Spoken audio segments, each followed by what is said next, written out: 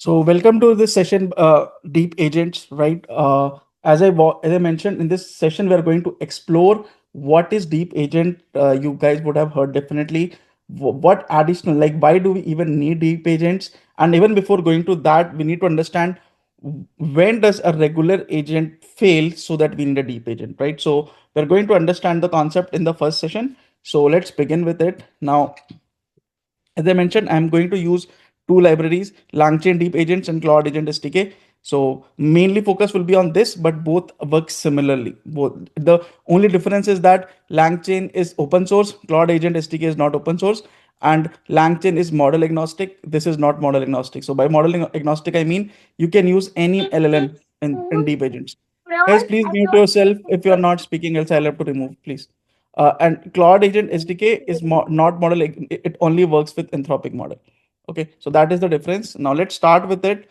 So as I mentioned, so this is what we are going to cover, that what do we even mean by agents. We'll go a little bit background. Currently, what is there in agents? Okay, then we understand the shortcomings of this, and then we will understand how does deep agent fulfill that. Guys, please make sure when you join.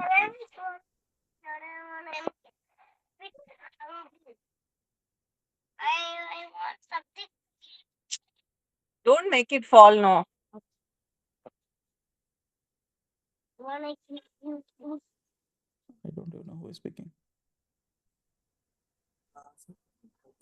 Can I mute everyone? Is there a way? Yeah, you can Yeah. mute everyone.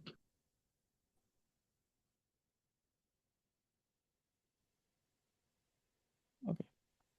Please, guys, do. Yeah, I'm muting everyone right now. Okay. I I will allow in some time. Okay. Please. Okay. Can someone just say? I just need to see if you're able to speak or not.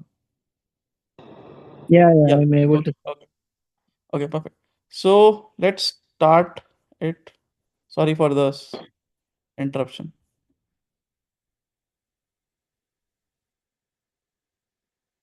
Okay. So let's understand first of all, what do you mean by AI agents, right? Can tell me, guys, what do you know? What do you even understand? Like as of now, what is the meaning of an AI agent? Please unmute yourself and speak one by one. I'll take few of your answers, then I'll check chat box as well. That I just want to know what do you understand by an agent? Yeah, please. So agents means LLMs plus tools. Okay. Okay. Any Agents other means guys? LLM plus tool plus memory and autonomous planning, if I'm not wrong. Okay. Yeah. Anyone? Any other answer? They can It's a break small kind problem of statement into micro step, and they can plan the whole execution step by step, and then they can introduce multi-agent, all such stuff like that.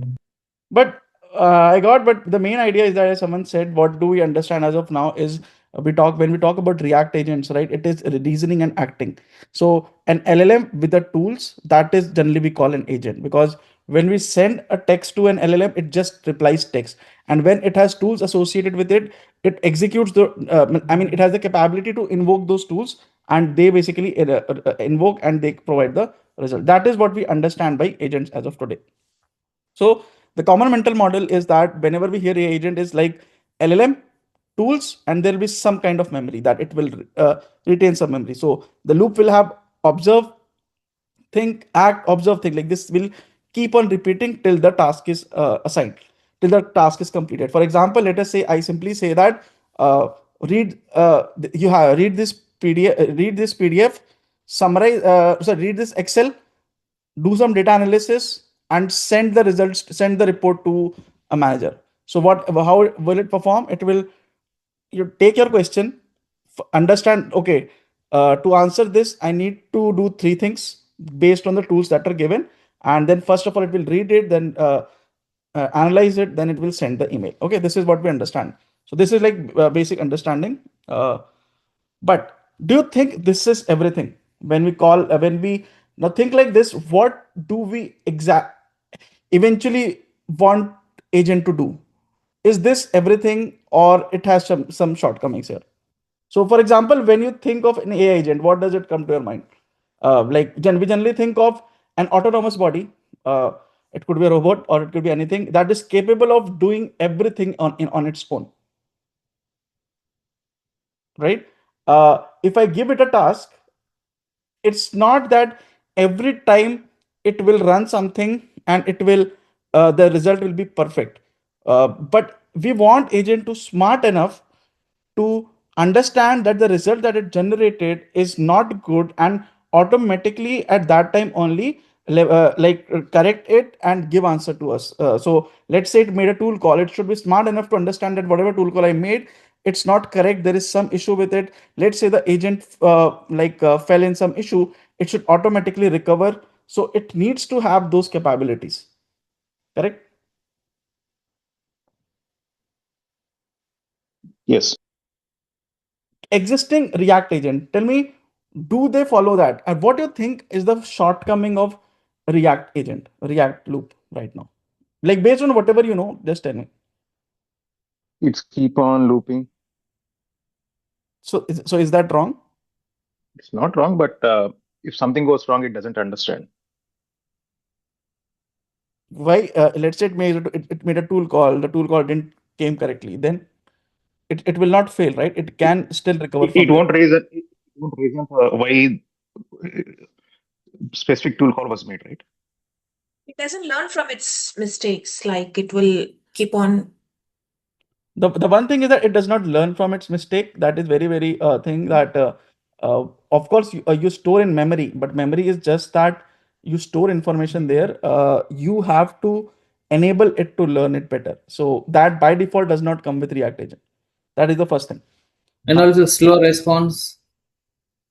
Slow. Now think API. like this. So let me come here, right? Let's understand one major flaw here. What happens that you have an agent, right? Let's say this is its context window. And what will happen that you will make send request, right? And you will send request to it. Let's say you send a user question that you send a very heavy task that do this, do that. Let's say you send 5 things that check my code base, look for linting errors, fix them, then uh, correct the Python file, then push to GitHub. Let's something like this you ask it to do. So what will happen eventually that it will have these tool calls in the backend, right? And they will start accumulating the context window, right? So something like this will happen. So let's say this is user question 1, and this is AI response 1. Okay, and it will say that okay, make a tool call 1, tool call 1.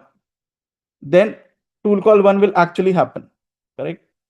Then tool response will come. Then LLM will AI response will come. After that, again, it will make another tool call, right? So it will make say that, okay, tool call 2. And this will keep on going. With every message, now think like this. What is going to happen? Suppose you are moving a file from, this is my file in, let's say I have a PDF in Snowflake, okay? And I'm moving it to some other cloud right now. Let's say I'm moving it to Azure, okay, Snowflake, and this is, let's say my AWS is there. I want to move the file from Snowflake to AWS. I want to use an agent to do this migration for me. And let us say these files are there. So let's say we have a PDF which is of, assume 50,000 lines, okay? 50,000 lines. How will agent move this this particular thing from here to there? Tell me.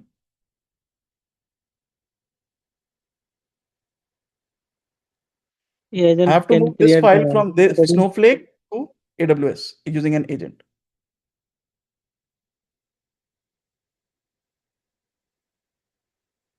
We required access keys and Snowflake. Let's say you have those access keys. You have those access keys. Now Some tell me. FTP agent. Sorry? Some FTP agent, file transfer. What is FTP? File transfer protocol. Let's not go into technical those terms, right? I mean, let's stick to basics. what will it do eventually? It will try To to transfer understand this the file from here to here. It will try to understand the architecture of both the places, the Snowflake and the AWS.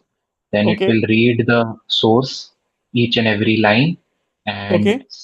see the differences, how it needs to transfer from one place to other, and then transfer it line by line. So let us say the agent's task is to move file from Snowflake to AWS, right? So let's do step one.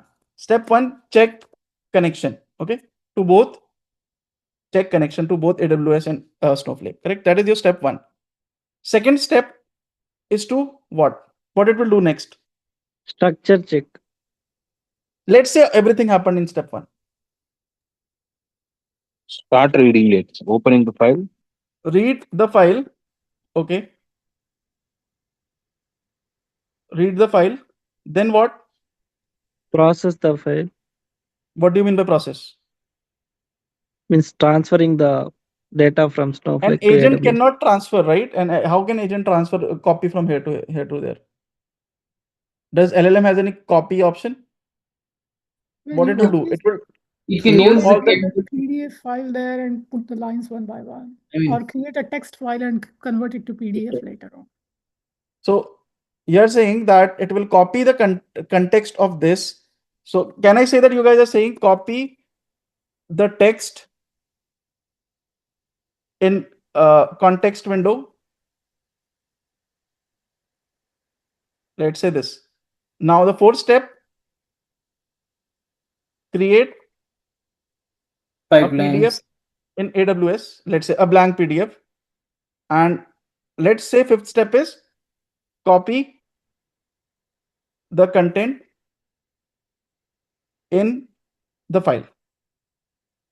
And do you think this is yeah, so let's say, tell me guys, are these 5 steps required?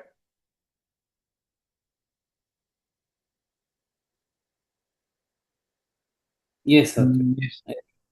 Yes. It needs to get the connection established, and then I already said, let's say the connection is established. yeah. Anyone who thinks this is not the right approach? There would be a lot of failure modes if we go by this What approach. failure modes? There could be a lot of things going wrong. Assume everything is right. Assume everything connection, everything is working perfectly. Well, is this architecture correct?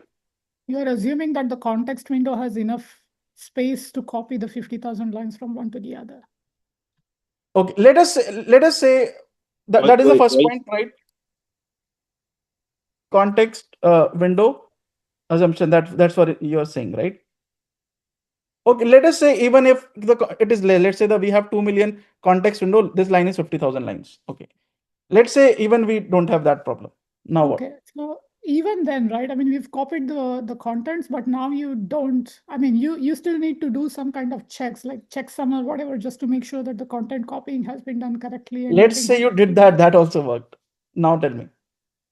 So if the number of files gets increased, there is a major flaw you guys are missing. That's what I want to hear from someone. And we I have don't told need this to in the bring last class. everything in to copy. We don't need everything in. No, why? We If I have don't to need move the a file from information in Snowflake to AWS, I need the entire content, right? I need to copy the entire content, then only it will go. Otherwise, how will it happen? it doesn't need to read the entire content for moving the file actually. Okay, so basically both Snowflake and AWS have connectors, right? Where they can ingest from each other or send to each other. So why agent needs to copy there in between? Snowflake has no connector to send to AWS directly. That we can write in the tool. So inside the tool, we have a connector for Snowflake, and it reads from the Snowflake, and the tool will transfer to the AWS. So in these cases, But we where don't will have the to file send. live in? That is the whole point. That even if you do that, where will the file live in? Like, let's say you copied from here and you want to move it from here. It's not some magic, right? It needs to say somewhere. So where will that file live in? Does agent triggers any tool behind it? It is a tool where it is getting copied, right? So It I does will not write a get kind of copy a in a Python tool, code. right? No, Tool is just a code that will run. Where will the files sit? Tell me that. Yeah, where Even the if you're agent will be hosted first for me. Some storage, ADL storage behind it. If it is a Azure. Azure. Agent, Any database we can select for it? Otherwise, a random RAM agent RAM it can store and What you will state need to do, process. first of all, let's understand what is the problem. Can someone tell me what is the problem with this? Let me explain you this first of all. This is the Let us cost. say reading. Now tell me, if I have to move this file from here to here, does the content actually matter to me? No. No, right? No. Now see, there are a lot of redundant things will happen. Let's say user said that user says move the file. Okay. LLM says, okay. LLM says that, okay, let me read the file. Okay. It will read the file. So once it reads the file, store what it will do. Once it reads, it will store the content where? In context window. Agreed? Yeah. Yes. True. In the context window, it will. So basically, it will send a request, it will read and store in context window. So what will happen? It will send another request to agent that, okay, this is the context window that I have. This is the request that user has given me. What should be the next step? So it will say, okay, next step is copy this content. So basically take this content and put in AWS, right? So again, you will you'll keep the content, keep content in context window, okay, and call agent or basically LLM. Then what will happen? It will say, okay, create a file, and next is copy. Now you will send another request to LLM, a request to LLM saying that, okay, I have now file created. What should I next do? It will say, okay, take all this content, again store, copy the content,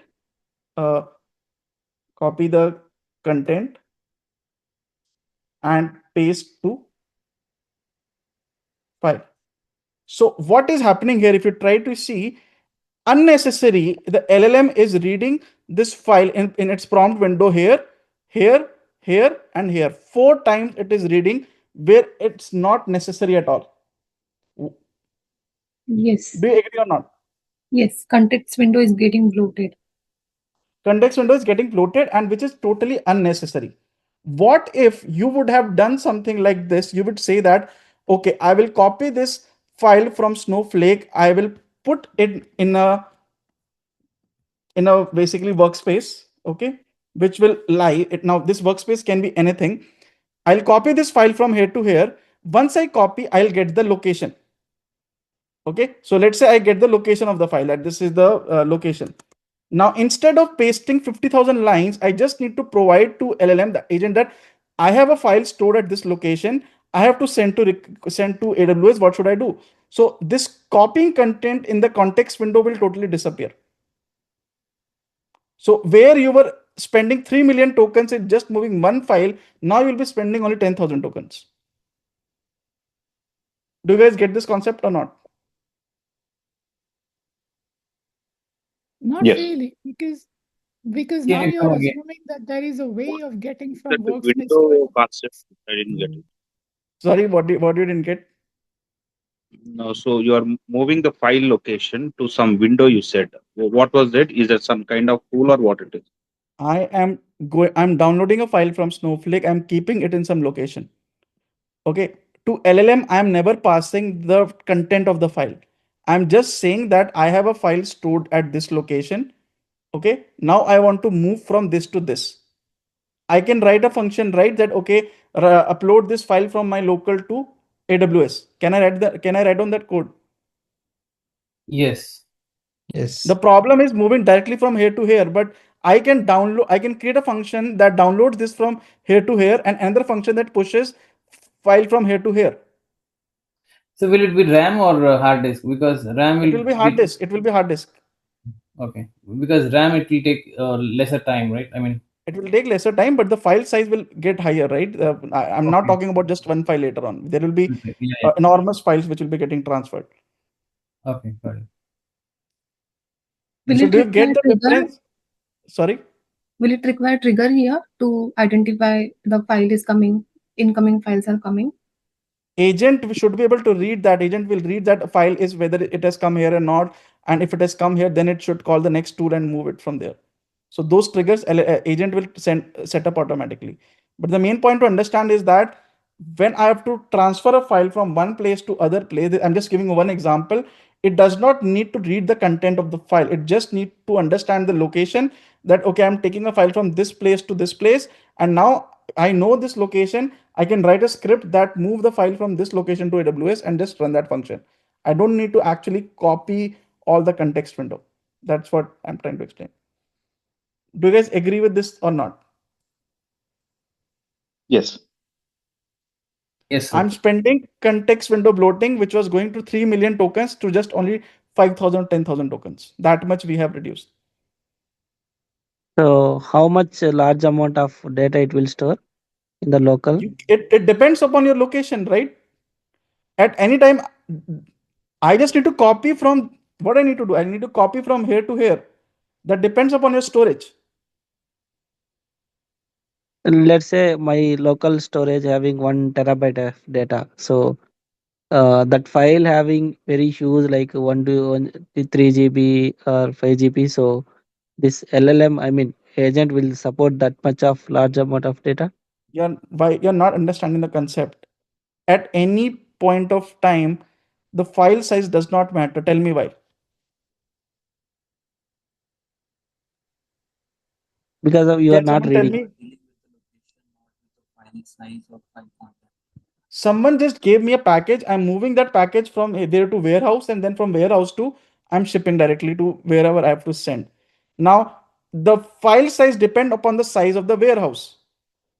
Does it depend on anything else? No. If your hard disk has a size of only 3 GB, you cannot transfer files more than 3 GB. But if you have 1 terabyte, you can transfer any file, right, which is below 1 terabyte. And of course, once you move that, you will clear it. You will not store there forever. So this is a transient memory. You're not storing it forever there, right? So the core idea of moving that Snowflake file to a location is just like we cannot establish a direct connection between Snowflake to AWS. That's why we are keeping it at some reference location, right? That's the only logic. Yes. Now think like this. You have, when you do data engineering pipelines, you have to do a lot of data validation. Do you directly move from here to here? No. You take the data, download there, you do some analysis, you check its schema, you do all the data cleaning, then only you will move, right? So this is like a work area. You brought the file from Snowflake to here, do all the analysis, what you have to do, and then you move towards it. That's what we are doing. Clear? Yes. So what eventually we are avoiding now, coming to the main idea, is that as user chat keeps on happening, this context window keeps on increasing, right? And because of that, context rot happens. What is the meaning of context rot? Can someone tell me?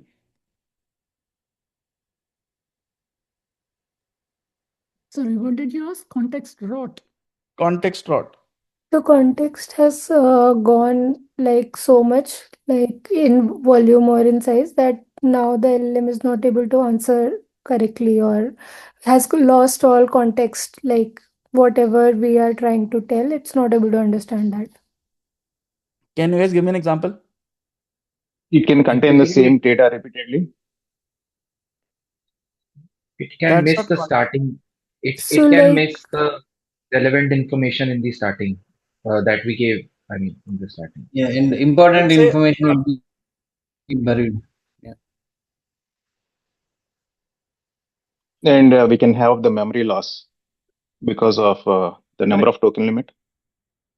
In this way, let's say you write down some extension. Okay, so let's say whenever you start, when you do vibe coding with Copilot, this would have definitely happened that whenever you ask it to run code, it sometimes does not activate virtual environment. It does just execute the code without activating virtual environment. So let us say you gave this command once. Now let us say after that you have done a lot of messages, chat M2, M3, M4, okay, M3, and let's say M10, and let's say M100, and let's say M200. Now, when you'll be sending M201, it will forget this particular, it is very likely that it will forget this. That always activate virtual environment. Or let's say if you had given some settings earlier, some result came in which you wanted it to remember, because what is happening? It is reading everything from your chat memory, right? So this is called context rot, that as you keep on chatting in this, because you're chatting in the same window, your messages, like as they grow older, you tend to forget them. To control this, what do we do? Summarization. We do summarization, right? What do? We say that, okay, I'll keep, let's say, this is my latest message, and I will latest message, and I will summarize all the previous messages, for example. Now, and then it will free up space for me, summarize previous messages. Now it will free up space for me so I can start chatting again. But what is the guarantee that summary will retain everything? You might have factual information, you might have your preference, you might have some result.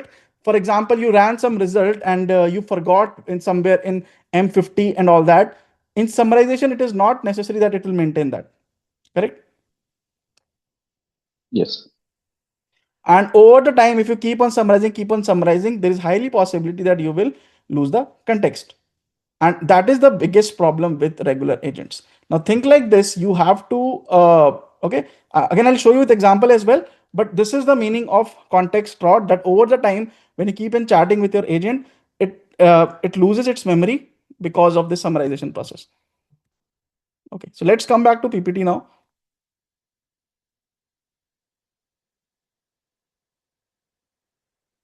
Okay. So what do we expect with regular agent? That break down complex task on its own. Let's say, for example, I go and I just simply say that create this application for me, right? And I expect it to create, but it's a very big task. If it takes all the big tasks together, it will never be able to complete it. If we want to itself research, analyze, and synthesize information, remember past conversation, delegate subtasks to separate agents and all those things, adapt when things go wrong, produce work you can actually use, like those kinds of things we expect from a React agent, but it does not support. What does it support? It says, okay, I'll just have one conversation window, okay, and I will give you surface level answers. It cannot go to deep research unless you have explicitly defined those tools, and it forgets between the session, single threaded, fails silently, and a lot of issues. These kind of major issues are there.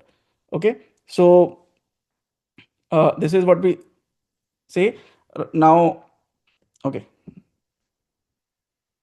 so now let's see how does the objective is that, okay, how do humans work, right? We call humans super agent, right? Humans are super agent technically. So what is that humans do that a React agent cannot do? So, and human, let's say whenever a task is given to you, do you start working on it blindly? I mean, most of the time we do, but tell me, ideally, do we start or we think before doing it? Think and plan. We'll check dependencies. We always We'll check plan how to dependencies. execute it. Right? You get a situation, you plan it before acting. This React agent does not do that. What React agent does, you get a prompt, you give me a task. At that time, what is the right tool? I will make that call. But I don't care about the whole process right now. So that is the thing. Second thing, we as a human, what we do is we break the task into subtasks. Okay, I might give you a lot of complicated tasks. Let create a replica of ChatGPT for me. Let's say this is the task. You'll break it into different points, right? Now, what it will standard React agent will do, because it depends upon the tools that you have created.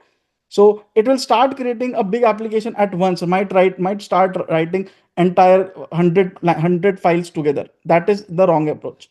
Then, if I'm not able to do something, I will delegate tasks to team members. Okay, that is what we do. We take notes, save intermediate work. For think like this: I started working today. When you work in, let's say you're working on GitHub, you're working on a project. What do? You start working today. When the day is done, you do git commit, you push, and you save your work. Tomorrow you come and you take forward from whatever past work you had done, and you resume from that. Right? That particular thing is not available in React agents right now. So also, as I am doing something, I will review my progress against a plan that, okay, I have done this much is left. So do I need to alter my initial plan? those things are not available. A React agent just creates a plan, a list of tool calls in the first go, and it just standardly follow that. It does not like improve itself. If tool call fails, if something else happens, it does not improve it over the time.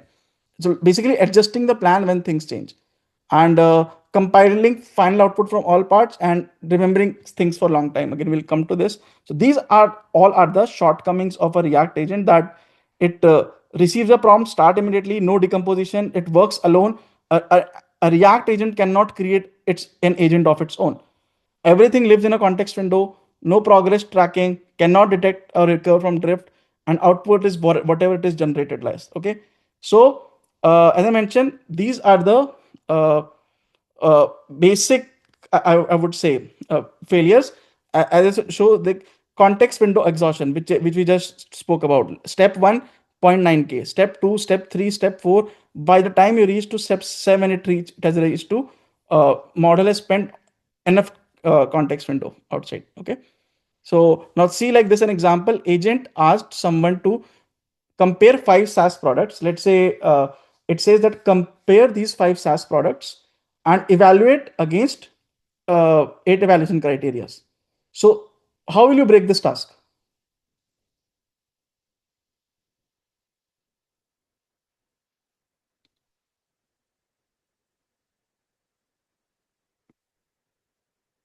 Let's say a task is given that compare these 5 SaaS products and compare across 8 evaluation criteria. What you will do, you will go first of all search SaaS product A. You will do the research on that, then 2, then 3, then 4, then 5. Then you will accumulate all that result, and then you will compare against all those 8 KPIs, and then you will generate a report. Okay. What happens with React agent, that because nothing like this, let us say one research alone took a lot of time, it exhausted all the memory, all everything. So other things will be affected. Yes or no? Yes. Yeah, if we are performing all this in same context window. Yeah. Yeah, performing on the same context window. Let's say I started researching on product A. It took me a lot of time. Because of that, I will basically poison the context window, and other research will be affected. Second thing, suppose now tell me if I have to come research on 5 SaaS products. Should I do one by one in a series, or should I do in parallel? Parallel. You can do in parallel. We should Parallel, do in unless they parallel. are dependent products, all parallel usually. We should do in parallel, right? Although React does invoke parallel tool calls, but it does not work the way things work in a deep agent. So things generally go serial, that okay, do this one first, then do that, then do that, then do that. Okay. It takes away a lot of time because of this. What Okay, it so should do that is like not work on one context window, but give each task its own separate context window, and it's working exactly on that is part. something called as spawning the sub-agent, which we will study. That if there is a task that can be done separately, agents should be able to spin up a sub-agent which can handle that work separately and give it back the result. React agent does not support that. Okay. Now, failure 2, as I mentioned, without planning. So what you should eventually do, that let us say you are given a task. If you guys remember the last class when we were doing the Ralph loop, how were we ensuring that the loop continues forever? Does anyone of you remember that? The Ralph loop that we were discussing. By tracking the progress and by tracking the progress, right? So what happens whenever you get a task, what you will do, you will say, okay, this is, I have to, I will break it. You'll say this is step 1. Okay. You'll say step 2. You'll say step 3. And you will say step 4. Let's say right now there are 4 steps. Okay. So step 2, step 3, and step 4. Now against each step, I will add a flag whether it is in progress or it completed. So for example, pending. Initially, everything will be pending, right? Pending, pending, pending. Now, what will happen, that as agent starts working on, it will maintain this particular file where each of the step it will mark as pending. So let's say it starts, it will say, okay, started. and rest will be in pending state. After some time, when it's done, it will say, okay, completed, and then this started. Because of this, what is happening? It is following a to-do's plan that, okay, unless all those tasks get completed, I will not stop. I will keep on working. And even if at one stage it feels like that, okay, I'm working here, it is taking me more time. Okay, let me increase the steps from 4, 5, and 6. Let me add 2 more steps. So steps also, it can increase dynamically as per the current requirement. So this is like a Bible for it. It will constantly track that. Just like we check our watch, right? That, okay, whatever we are doing, we check our watch, that whether I'm on time or not, something like that. So this is something it will keep on tracking in the backend, that whether the task is completed or not. So it will have a proper understanding. Now we are not relying on what? We're not relying on a context window to check what user asked, what did we generate. No, I'm just maintaining a separate file where I'm putting all the tasks as a status, and I'm deciding whether it is done, completed, or whatever the state of it is. So this way you enhance the planning part. So this is, so the second thing that React Agent do not do is called as planning. Third, as we mentioned, the single bottleneck. What happens that you will call research A, then research B, then research C, analyze, write, format. The entire thing takes 45 minutes. What a deep agent can do, it can execute those independent tasks parallelly. And because of that, overall time reduces from 45 minutes to 12 minutes. Because of this, your time gets saved, your tokens get saved, and you get result faster. So React here is sequential and the deep agents are parallel executing. Yes, deep agents are parallel. React is sequential. React does execute sometime in parallel, but those are not exactly like the context window still remains the same. Even if it invokes 2 tools in parallel, the context window still remains same. In deep agent, you totally give a separate context window to each. They become like an individual agent. So it's like that. Now, persistent memory, you can do that in React as well, but okay, leave this right now. And system prompts also, this is also not that. Next is error recovery. As I mentioned, React agents, if you give them a task, whenever they face with error, after some time they start breaking. Okay, so React deep agents are basically, they are called self-enhancing agents. They understand things better, they do things better, so they are able to. So these are the 6 architectural gaps right now in the deep agent, in the React agent. Okay, now tell me this thing, that how you all guys, you all use vibe coding tools, Copilot or Claude Code or anything. How do you think that is also an agent? How does it manage all this? How is it able to read your code base, which contain thousands of lines, and it still keeps on working? Have you ever thought this? It's not some rocket science.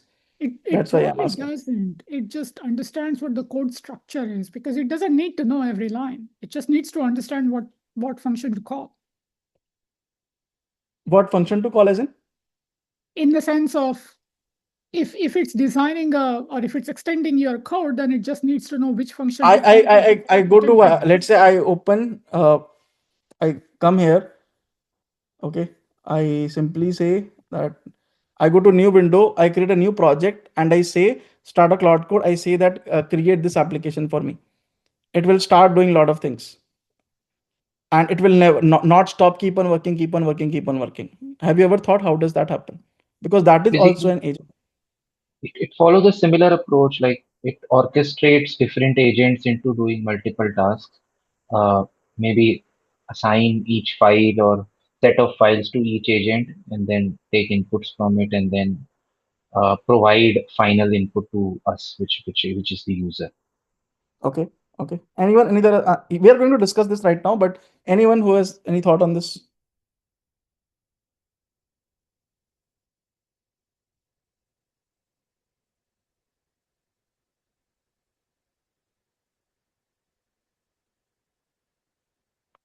Okay.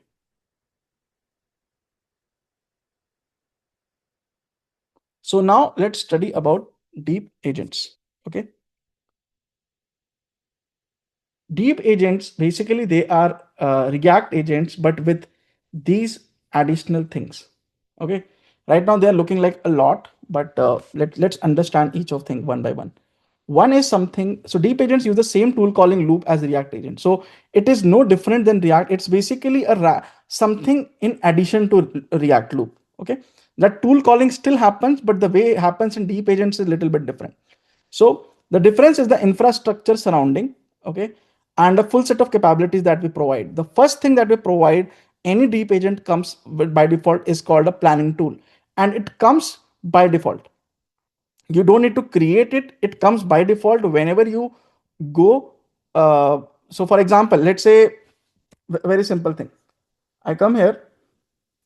Here is file, window.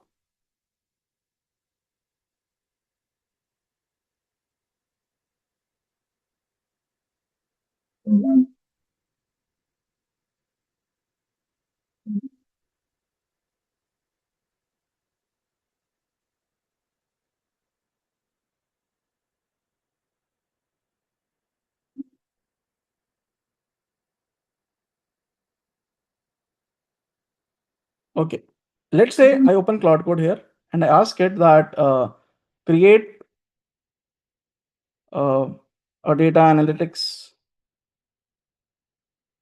agent that can analyze any structured and unstructured data, capable of generating dashboards and sending notifications to people. Okay, let's say I give it a task like this. Now this is a very huge task. What will happen when I give something to it?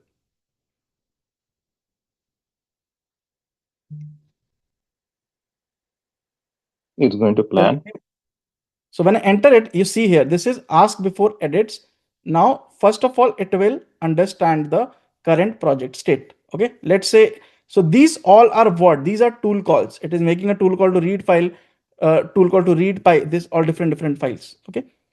Now, so it is reading memory.md and everything. Now it says, let me plan something. Okay.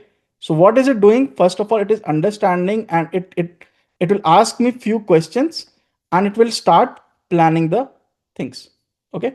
So that is what I wanted to show, that whenever you, or even for example, you can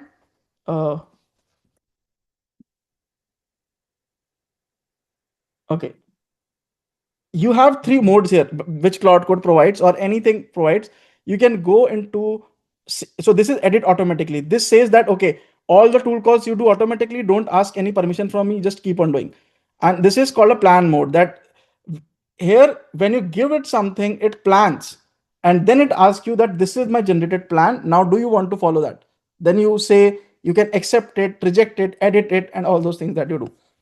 So this is what I was mentioning, that Claude Code or any kind of deep agent framework basically comes with by default planning tool, which is pre-integrated with it.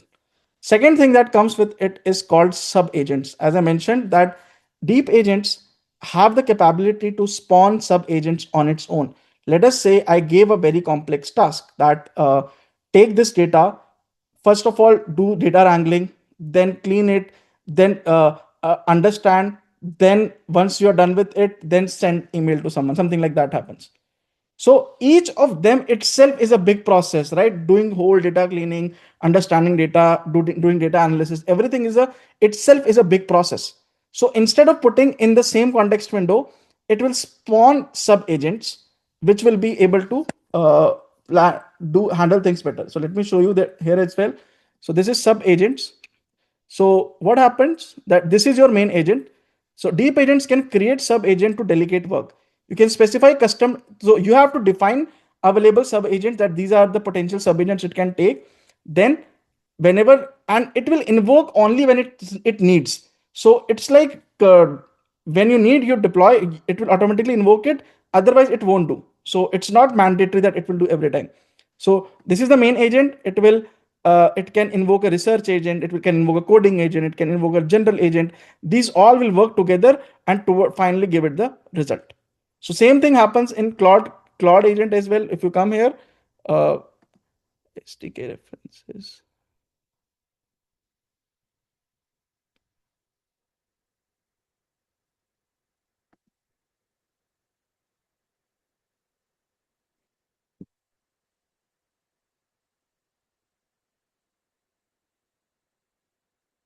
So same thing happens. Sub agent in Claude Code also it does that you basically what you do, you provide this and you need to define some. So I'm not going to code right now, but you need to define something. Claude automatically decides when to invoke sub agents based on the task and each agent's description. So it will have some description, it will have some state. Based on that, it will think that whether my current context window is sufficient to handle this, or should I spawn a sub agent which let it handle the work and it just give me the final result. Okay, so this is another task which it provides.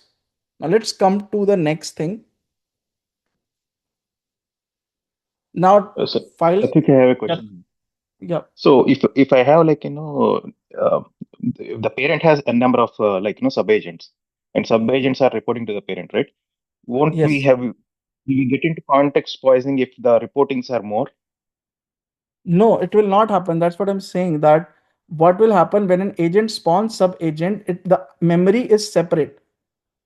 Let's say this is your parent agent. Okay. Let's say this is your parent agent. It has, let's say, context window of assume 300K tokens. Now it can spawn sub agents below. They will have their separate memory or separate context window of 300K. Yes. So what my question was that if I have a number of childs and they're reporting to the parent of 300K, right? Yes. What if the summarization exceeds more than 300K on the parent? I didn't get a question. So child 1 reports to parent, right? With some Child 1 context. reports to parent, yes. Child 2 also reports to the parent with some context. Yes. So what happens if the parent context gets exceeded when the children are reporting to the parent? So see, children are not reporting their context to that is the so that's a good question that you asked. Summarize context. So parent agent is giving them a question, it will do all the work and it will send you the answer. That's all. Only 2 messages are being exchanged.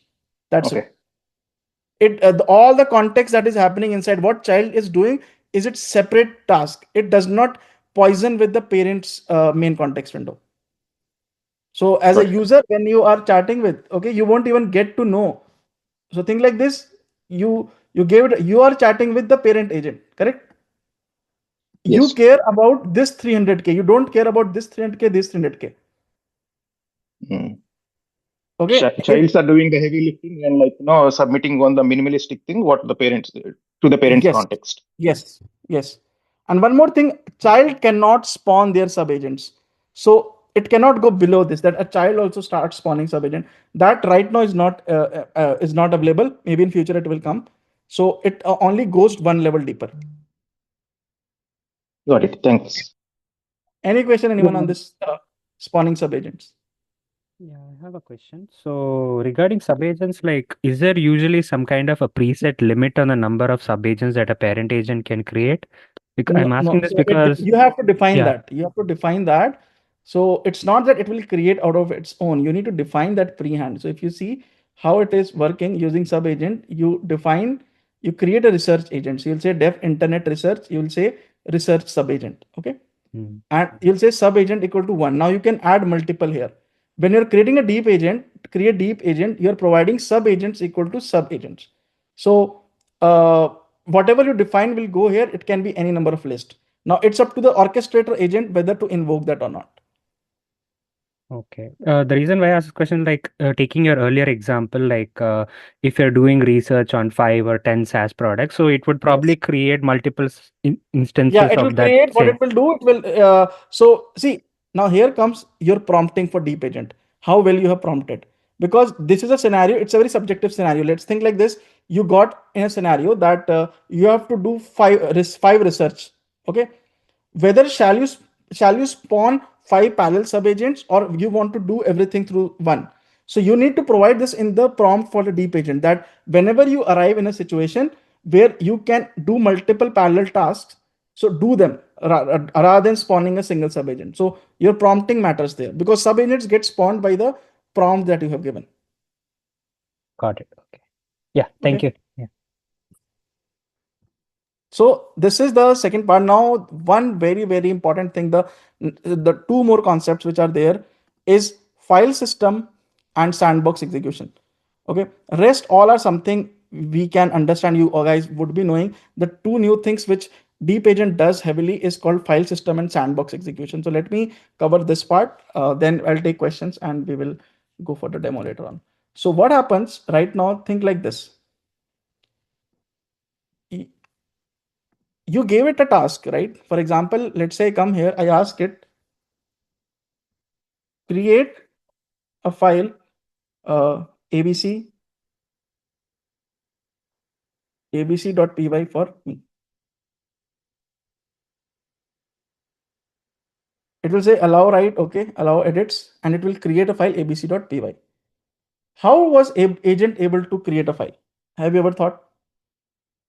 How do copilots even do that? They read file, they write file. How are they able to do? They have the system access, file system access to write and read. And they have that tool now to access the file and then write in it. Basically, that is why they ask the permission to whether we can edit the tool or not. We can edit the file or not. Every time they ask the permission. Yeah. So what happens right now when you do a standard React agent, it only gets executed based on the tools that you have provided. Okay. What a deep agent also brings in, that it gives the agent access to your computer. It could be your computer or any other place. So think like this, now agent is not just one server running on your computer. Agent, technically, you have given admin access to your agent. So if you have given admin access to your agent, so let's say this is my computer. Okay. So, if I have to do anything on my system, what all I need? Terminal access, correct? Yes. If agent can run bash commands on my system, it can do anything, right? It can read file, it can copy file, it can move file, anything it can do.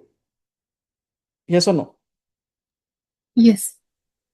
So by default, these things, deep agents, come with something called as backends. Okay.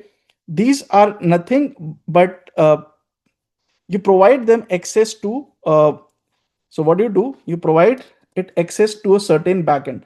Now this backend, remember, could be your local system. Let's say right now I'm working on my laptop. It could be my local system. It could be anywhere else on cloud. So it could be a local system. It could be, you can say that I ran a virtual machine somewhere. So on a cloud, I gave it some access that, although it is, so agent is running, but it is not working on my system. It is running somewhere else. So like you guys would have heard about this thing, open cloud, right? People were saying, I don't want to install to my computer. Why? Full system access, because it can take Because full you system give it access. full system access by default. Okay, when you're creating the agent on your own, you have the control, you control it. So even if you give system access, it does not matter. But when you're installing a third party and you're giving it full access to your whole system, that becomes a risky part. So to agents, you can say that, okay, you have access to my directory where I'm working. So generally what happens, that let's say I'm working in this directory. So this agent will only get access to my directory. It will not get access to some other folder on my system. So inside this particular directory, it can execute terminal commands. It can, so if you see, like it was doing here, right? It was doing all this bash, write, read, and all those things it was doing. So it gets an admin access for this particular folder where it can create files, read files, delete files, whatever it wants to do. Okay, so this is what it says, that now when you don't provide it, everything sits in a default transient memory. It will create file, but you will not be able to see them because it is in transient memory. When you provide it a local file system persistence, so it is able to take control on that folder and do those terminal commands. Okay, so now you can provide it in a sandbox as well. I'll tell you what does that mean. But with this, the first thing is providing file system access. File system access. So in this, what do you provide? You provide it capability to run the bash commands. And these come by default. You don't need to set anything. You can disable them. If you want, you can disable them, but they come by default. So bash commands. Now let us say you get read. You can do read. You can do write. You can do delete. Anything that you want. Now consider a scenario. Let us say I had given you a task that think like this. Do research on top 5 finance news of day and send me report in a PDF. Let's say you wanted your agent to do this before this. How would it work? What all you would have to do to make this happen?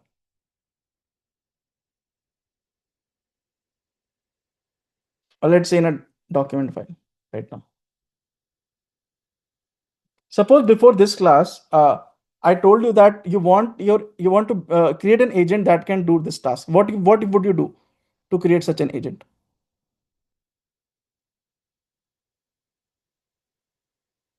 Tell me. You create a React agent to analyze top 5 news, and once you get the summarization, you will write it to a So you have an LLM. You have an LLM. What will you add to it? Tell me that. So we will provide it first of all the requirements and the tool access to go and access. News Add a API. web search tool. Yeah, Okay. web search tool to go and Then you access will whatever say a Yahoo tool to Finance. create document tool. Okay. Basically create a docx tool. Agreed? Yeah. Yes. And maybe something else. Now, suppose you want your agent to be very smart. It should support all type of file. So what will you do? You will create such a tool for all type of data types, correct? Yeah. Because of this, all these tools, these 50 tools that you'll create, they will be doing similar tasks. The only difference is that because you want to give agent the context, that's why you're doing it. Now with deep agent, you don't need to do all this. With deep agent, you just need to install, let's say Python docx, whatever the libraries for that. Okay, that's it. Because it has access to terminal commands, it can automatically create a file. Yes or no? Yes. What it will do, it will have a web search tool. Okay, web search tool. It will search the things from internet, and it will create a file and start storing in that information automatically. Because it has these tools, so it can automatically start creating. Right? For example, let's say give it a task that fetch me top 5 finance news and give report in a PDF. Okay. So see how it's going to work. I didn't give it any tool right now. This particular Copilot does not have any PDF tool or those kind of things. It will fetch top 5 finance news and it will generate PDF report with that. So it is making a web search, a tool call to do that. Okay, so let it search. I allowed it.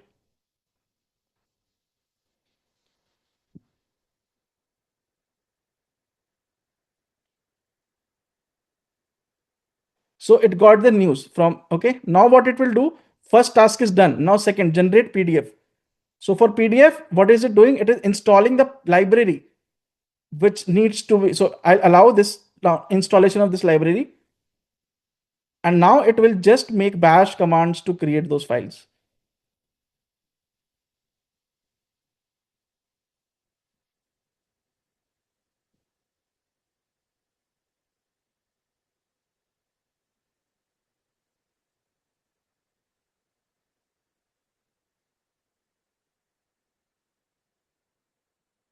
Yeah, so it let it take time. It takes some time because it is researching, analyzing, and all those things.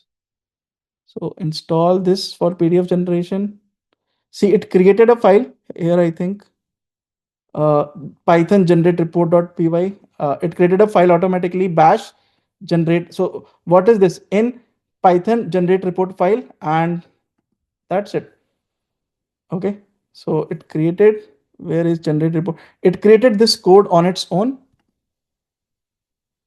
See, it is just running the bash commands. I have not given it any tool right now. It only has access to bash commands, and it can do a lot of things for which you don't need to create tools every time. That is the very, very big power of it. So see, it generated this particular report on its own. Why? Because it has access to the bash commands. It can do things on its own.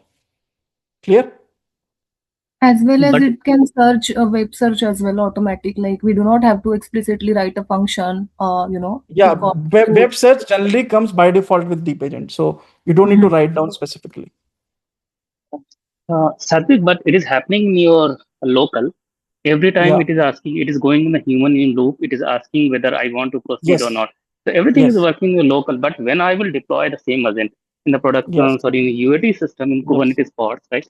Then the Yeah. human in loop will not come. Then if Yeah, I it have will to not be put there. this So command, then yeah. let me tell you how does that work there. Okay. So deep agents SDK. Okay. Sorry. Claude agent SDK. So you'll see quick start here. Okay. Here you'd see two things. Let me just quickly show you. Oh, where did that go? Okay. So this is the code that you create. Just let me quickly walk you through. You say that this is my prompt, this is my Claude, and you say you're allowing these tools: read tool, edit tool, and this is search tool. Okay. And permission you're giving as accept edits. So if you remember, I showed you here, right, that I have different modes. Edit automatically, I can switch. So edit automatically, plan mode, ask before edits. So I had this. Now, when I create something for cloud, here I will say accept edits. So these are the permission modes that you provided here. So permission modes are there. Accept edits means auto approve files. So when you're deploying in a Kubernetes or somewhere, you need to give this mode. Okay, or you can give bypass permission, that it will not take your permission, it will automatically run. So when you run things in your secured cloud and all that, there you use this flag there technically, so that it does not ask human. Satvik, it comes with the cloud, Anthropic cloud. But if we are using the LangChain or LangGraph, I think at that time we have to, if we are running the project in our UAT system, the production system, in that way we have to make a kind of a tools, right, which will generate the PDF. Because I think LangChain and LangGraph has not this No, they ability. have LangChain or LangGraph. That's what I'm saying. What you're talking is LangChain, LangGraph. I'm talking about deep agents. Deep agents provide that. That's what I showed Okay. you, right? The deep agents come with these. I'll show you something called as skills. So based on this skills, it creates all these files. It has so if you see tools, so system prompt, sub agent. So it comes with by default to-dos tools and these bash tools and all those things backend that you see. So deep agents expose a file system surface to the agent via tools like ls, read file, write file, and all those things. So deep agent also allows that. So when you attach a backend to it, then only it will be able to execute. When you do LangGraph, LangChain, you do not attach a backend to it. It creates state just in its state memory. So that's why even if you want to extract some file, you cannot do that. But with deep agent, you attach a backend system.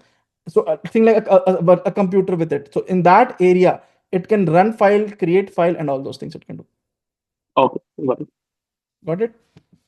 One last concept before then we'll take a break, then we'll come and we'll see the demo. So next is called sandbox. Okay, how many of you know what is sandbox?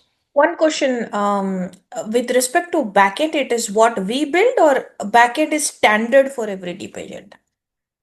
Backend you have to provide. You can, as I mentioned, you can what do you mean by backend? Here in this scenario, the Bunch of backend all is the backend is this folder that I have given the agent access to run terminal commands in this particular folder. So this is a backend. I can say that no, I don't want to give it access to anything on my local. I'll give it some access on some cloud. So technically, a small computer that you provide to agent where it can run commands. That's all the meaning of backend. Gotcha. And once you add it, the functionality of agent becomes 10 times or 50 times, because now you don't need to create tool for everything. So that is very, very important. Why I'm telling you this, think like this. Suppose you have a okay. So let me come to this particular thing called as code execution. Code execution. Anthropic.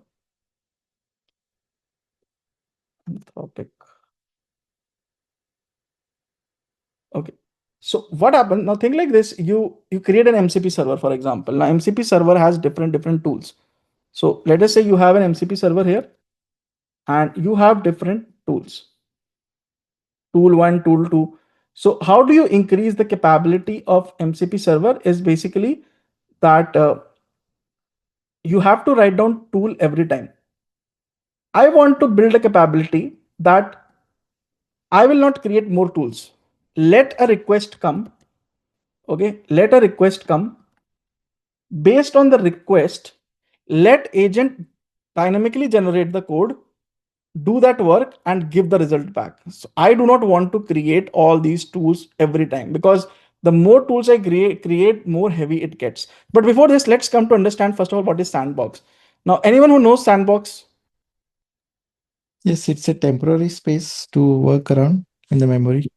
The controlled environment. Yeah. It's a controlled environment. Okay. So think like this. This is my local system where I'm running my agent. Okay. Now, what happens that by mistake, remember LLM can hallucinate, right? We don't control it.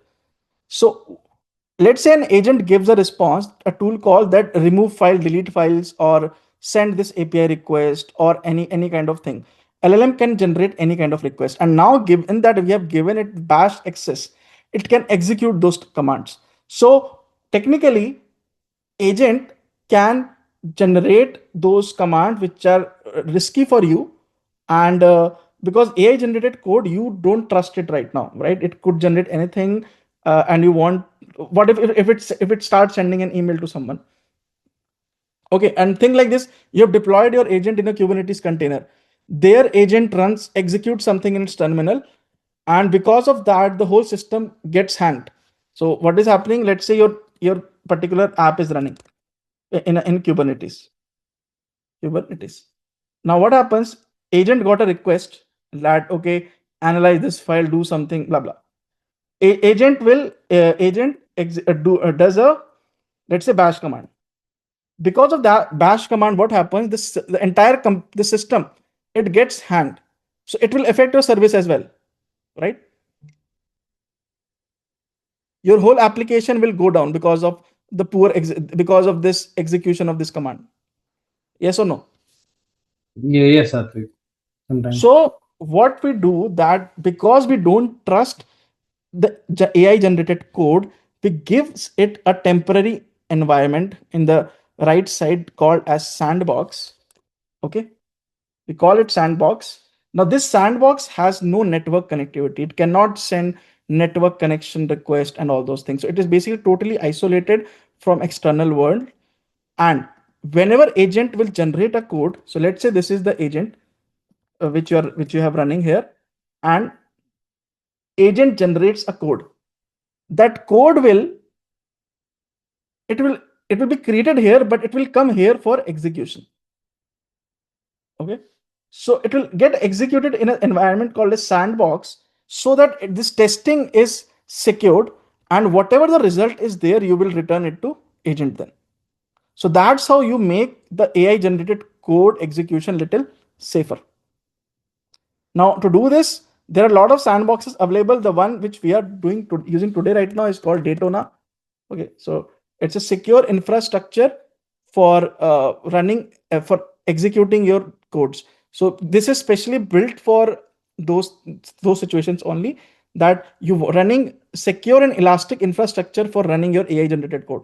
So now, if you think what happens when I run something here, do you guys see that it was running some terminal commands and all those things? Do you guys see this? We do.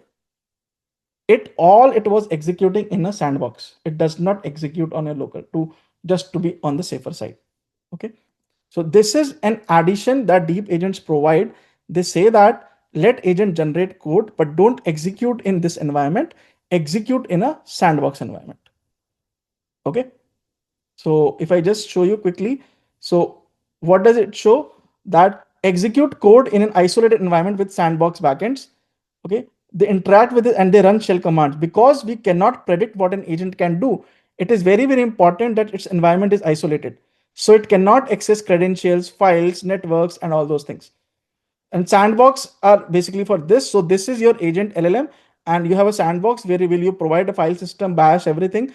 It will run the file and give you return you back. Okay, this is the concept of a I would say sandbox.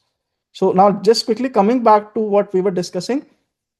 So deep agents are React agents, but they come up with planning tools, sub agents, file system access, and sandbox execution. The rest is persistent memory, which I will cover. Context compact, summarize. This is just summarization, and skills is something I would like to talk, but I think let's take a break and then we will discuss about skills.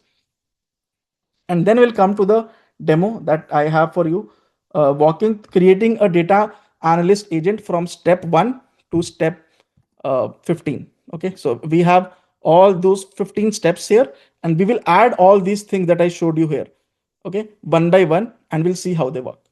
So let's take a break because it's been a long time. So let's take around, how much time do you guys want?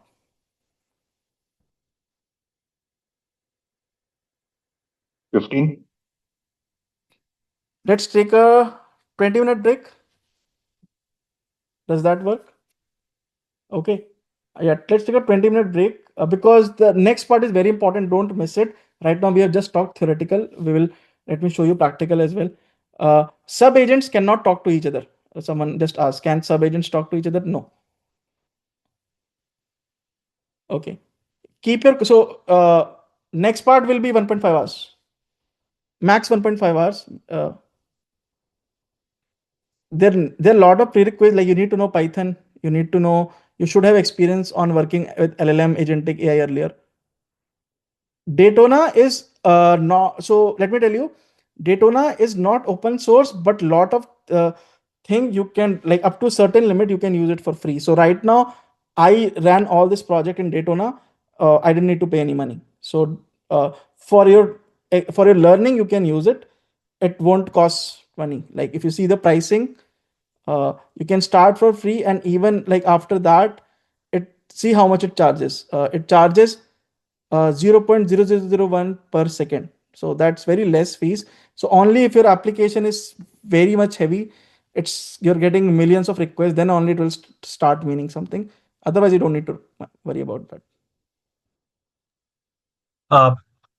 Before we are heading for break, can you just quickly walk us through what is covered in this first 1 hour or 1 hour 20 minutes or so? Yeah, sure. I'll give you a quick summary before you guys go to break. So what we discussed is that traditional React based agents, they have their limitations.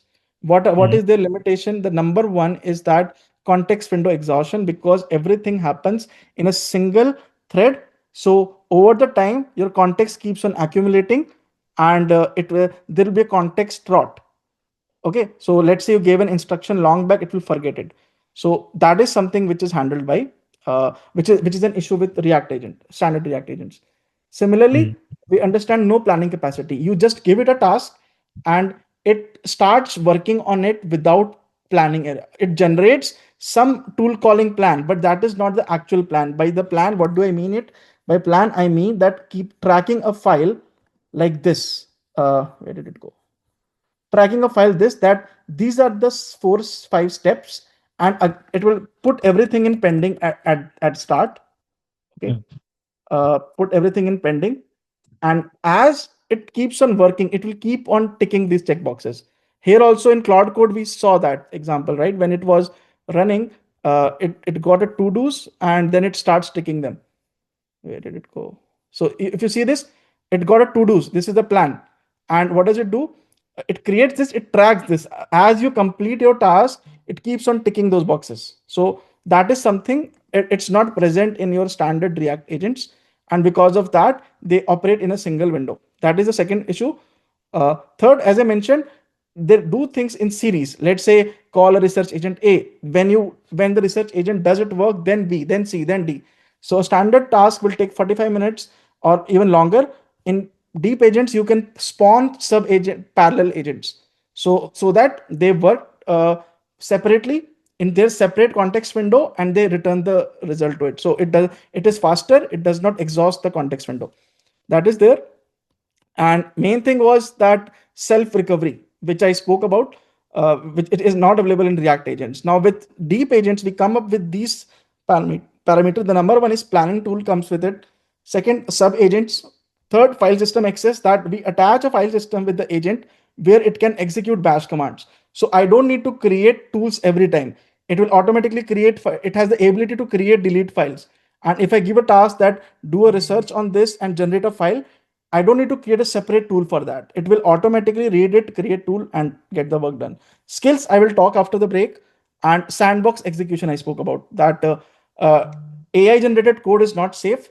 So it generates a code, test in a sandbox environment. If there is some issue, it will fix the code, then again test, and it will keep on doing that. That's how copilots also do that. That's how Claude Code also does that. It creates a code, but it uses a sandbox to test that code. So that's all we discussed in the first half. Great, thanks. Just a quick question. Is the deep agent a standard kind of terminology or nomenclature? Or see, why I'm asking is this, because you listed out the kind of limitations of standard React agents, right? Yes. But React agents is just one framework or one way of invoking agents. You could have reflect agents, you could have, multiple But all parallel the reflect agent is also in the back, is also React. It's a React. Okay. So you are saying all the agents, different orchestration frameworks, right? Where you could have multiple agents working in parallel, pooling, and then decision making, routing, and all those kind of things. So even you put all those together, the deep agent is a different class where deep agent is different thing. Even if you put a multi-agent, let's say you create a multi-agent, multi-tool calling, everything is happening. That is still not a deep agent. Okay. Follow it. Yeah. Because if you're invoking multiple things, you're still having everything in a single context window. Okay. Let us say in a single context window, you called a sub agent. So the sub agent's context window will be same as parent window context window. It is not separated. So here it's different with deep agent, that you give them a separate context window, you give them a planning capability, you give them code execution environments, you give them a backend and a lot of other things. So they get time to research, execute, and that is why they are able to, when they fail, they can come up with the solution automatically. Satwik, in the case of normal multi-agent systems, right? Where we have a kind of wait a second. We'll resume at 9:45 India time. Okay. Yeah, let's do that, because otherwise we will end up the break time in this discussion itself. But thank you for recap. Yeah, no problem. Guys, do back by 9:45. I'm going to show you the whole project demo, right? So don't miss that, please. Okay. Yeah, please. Someone was asking question. Yes, Satwik. So in the cases of normal React agent also, we have orchestrator and we have multiple agents, right? So when we have orchestrator, it has kind of a tools plus agent, LLM plus agent, and they have the sub agents. They have the LLM plus tools and all the things. So when the request will come to the orchestrator can call parallelly to multiple sub-agents, right? In the Yes. multiple sub-agents, right, they have the different, They context have window different. because. So see, again, what you're talking about is a multi-agent, basically orchestrator framework. There, those agents have different context window. But deep agents, it's has lot of other things, right? What I'm trying to say, that first of all, the ability to spawn agent on their own, or like whenever it's needed. It's not like you just create a code, it executes whenever it needs. First of all, okay. In regular agent, you have swarm architecture and orchestrator architecture and lot of other architecture where other agent need to be running. Okay, that is the thing. Now, context window, as I said, okay, in a orchestrator agent, the sub agents might have their own context window, but it will not have other things like planning capability, sandbox execution environments, and backend system. They cannot run their own like CLI tools, CLI commands, right? So those things are not available there. Yeah, but we can control the context exhaustion, right? Or control context rot, because my request is now expand to the multiple agents, and the context is now distributed to the multiple machines. Yes, context multiple you can LLMs. control. Context you can control. Yes, definitely can control. And in a standard agent also you can get a sandbox. Okay, what deep agent is doing, it is bringing all of those things together. Different ways to optimize agent, it is bringing all of them together in a single library, in a single function. You don't need to like think like this. When you create a deep agent, a multi-agent framework, you have to like write down different codes for all of them, create different functions, connect them, and a lot of things, right? Deep agent is just one function. You need to just run one function. Inside that only you need to pass a parameter and just execute it. So is it possible, because they are the cloud on GitHub Copilot, so is it possible for us, if we are making some small program and dynamically we can create a sub-agents dynamically? Right now it does not allow, but future I'm sure it will allow. Yeah. Because see, if you allow it, the problem is that if you do not control what agent is subspawning, right, it can do anything. You need to have that control. Got it. What if it creates an agent to like send emails to random people, right? You want to control the scenario. So you want to only those agents that you have defined somewhere. Got it.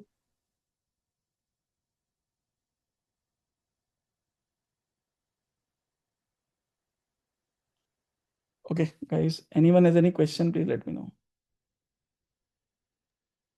All these. Satvik, sorry, Shiva, you can go ahead. Difference between Ralph loop and deep agent. So Ralph loop is an infinite, it's a while loop, which I covered in the last class, which runs deep agent in. So think like this. What happens in deep agent? Once the context window reaches, it will summarize and it will keep on working. It will keep on working in the same window, right? So the window problem we are still not solving. It's still working in the same window, but what we have done, we have parallelized things so much that like window will not get exhausted that soon, but it will still get exhausted. What Ralph loop does is that once your context window gets exhausted, you start a new agent. So it's a while loop which says that keep on working, keep on working. Once your context window gets over, then restart the agent. So that is what Ralph loop is. So that is the core architecture difference between them. Ralph loop is used to run an agent indefinitely for 24 hours, 100 hours, right? That is the funda behind it. And deep agent still remain that context window summarization that still happens in deep agent. Okay. So actually, in this, suppose if we take Copilot or any other providers, what is the architecture that runs behind the scenes? Is it It's the Ralph same loop what I'm or explaining. It's the same what I'm explaining right now. deep agents? Deep agents, yes. The Claude Code works on something. So Claude Code works on a deep agent architecture. Okay. Now Claude also provide that as a Python SDK, which I will show you. So whatever we are discussing, these agents, they work on the same principle. Okay. Someone asked me, suggest subscription mode for Claude Code for personal use. See, I'll be very honest. For personal use, if you use $20, if you're using for coding, don't take that because it will get exhausted in after every 2 to 3 calls. So I'll recommend use GitHub Copilot for that. it is way better. And or use this particular thing called as Codex. You can use that. I have the max subscription of Claude, but because that is supported by my company, right? So they pay me for that. That's why I've taken it. So I pay $200 a month, but you don't need to buy personally unless your company is sponsoring. Okay. But it is just $20, right? I am saying $20 per month. $20 per month, but it for every 5 hour you'll be able to run only once or twice. If you do the coding Yes, part. yes, it's coding part. Coding part, it will get if you're just doing random ChatGPT type of work, then it's fine. But if you're doing coding work, in 2 iterations, it will say your memory limit exhausted. Now come back after 5 hours. So that is the problem. So if you really want to work with Claude Code, take Max plan. The Max plan has $100 or $200.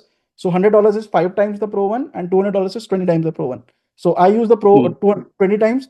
I use it a lot. It never gets exhausted. Okay. But again, that is sponsored by my company. I personally will not take it. So if I have to do personally, I will take Codex from ChatGPT. That works very good. Or you can take GitHub Copilot. That also works very good. But of course, they're not as good as Claude Code, no doubt about that. But for your regular coding work, they are pretty good, to be honest.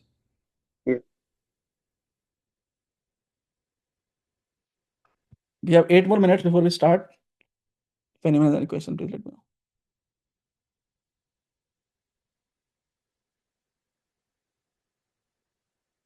Sadvik, I want to know what is date.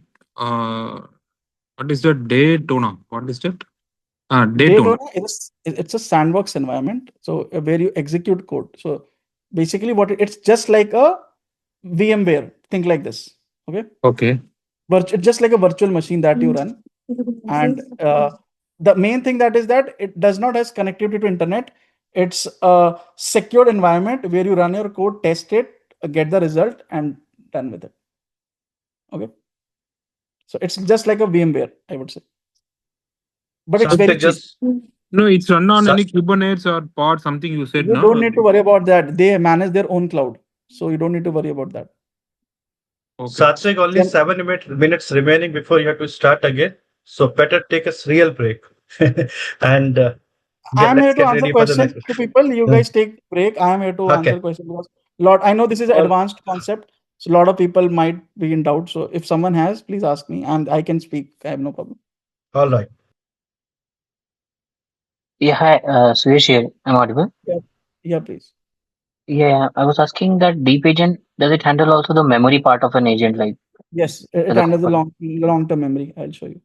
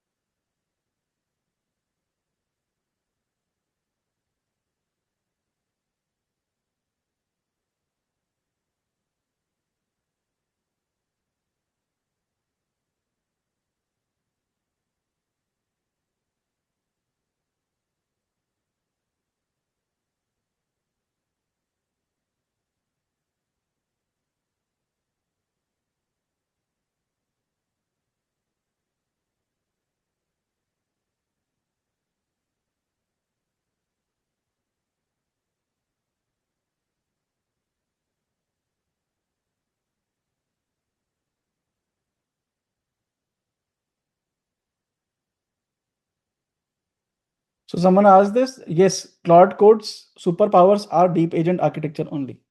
So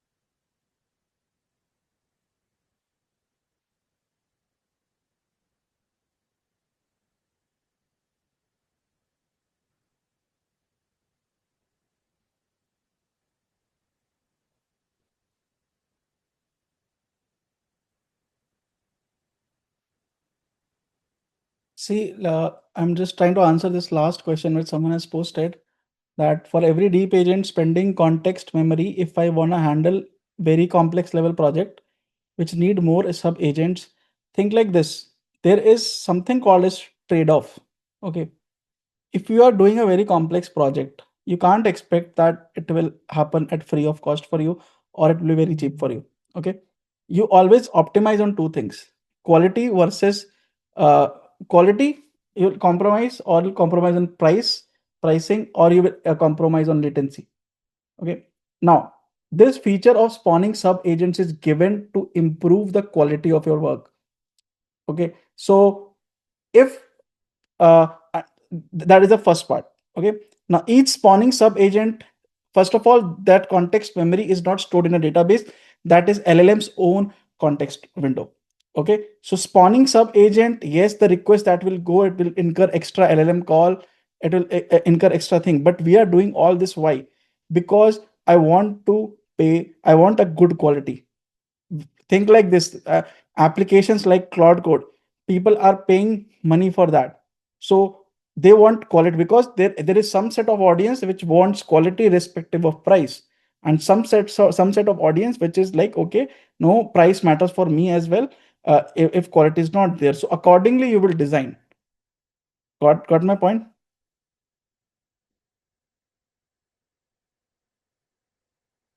No, I'm not sharing my screen right now. I'm just reading some message in the chat box. I'm not showing anything. I'm just answering the last question someone posted, that yes, spawning sub agents will incur extra cost, no doubt about that. But if it's think like this, you are working on a very tight project, right, where accuracy matters a lot. There you don't care about money. Companies don't care about spending $10,000, $20,000 just to get better accuracy. So that is there. For personal projects, yeah, you might have to think.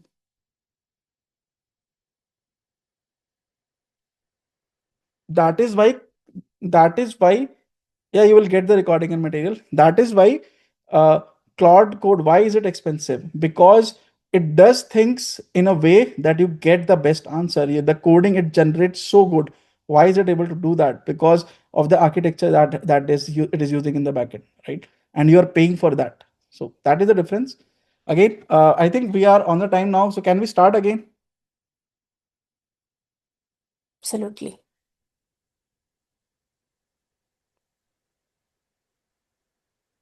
Is it okay to have a cheap hosted LLMs with deep agent? Yeah. So Vijay, I'll answer to you this. If you use Claude Code, now there are which I mentioned in the start. If you are using Claude Code, you can only use Anthropic models. First of all, you can use a cheaper model there, but you only have to rely on Anthropic model. If you are using Deep Agent by LangGraph, you can use any model. You can use a Llama model, which a self-hosted LLM or any kind of free version. So you can use there. But the only problem is that if it requires a lot of deep research work, a small LLM might hallucinate, might not give you a very good answer. But again, that is, again, as I mentioned, it's a trade-off between cost and quality that you have to maintain. Okay. Okay, so let's start the session, right? Let's start. Let me share my screen again. Yeah, you can use Llama models. You can use with Deep Agent. You cannot use it with Claude Code.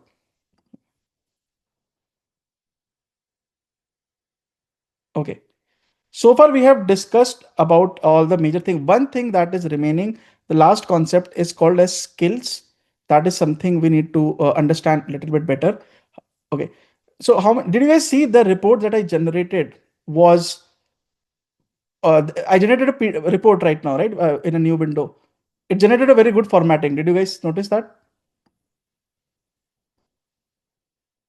Yes or no? Yeah. Am I audible? Yes, Satvik. Okay. Can you see my PPT? Yeah. How did you generate this? I'm very Yeah. fascinated. So now see this PPT. This PPT is very well formatted, right? What if I tell you I have not written a single line? I just manage the content. This whole PPT generated by Claude Code for me. Impressive. Now, if you go to Claude Code, you ask it, it will not generate this PPT for you. I'm telling you. There is something called as skills, which you need to manage in the backend, and you need to provide it a very good description. Everything that, for example, when you create a PPT, you should follow this particular process always. So that I have created that skill in the backend. So whatever PPT I generate, I get very good. Claude Code by default comes up with the PPT thing, but you can of course modify it. So let's first of all discuss about skills. Skills.md. Yes, I'm sure you guys would have heard about it. Okay. So first of all, let's understand so far what is happening in a deep agents context window. So we discussed that, let's say this is my deep agents context window so far. What all things are going into this as of now? System prompt. Yes.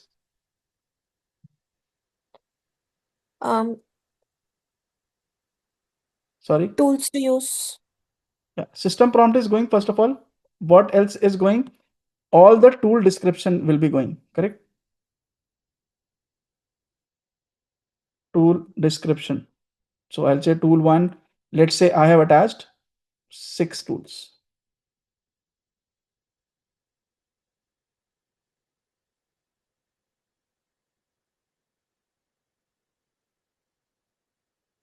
So let's say these are the 6 tools that are going in the context window of LLM. Then I will also have something called as user question, correct?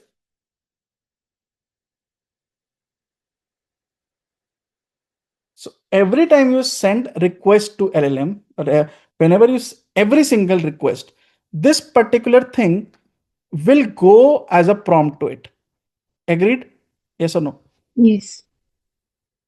Okay.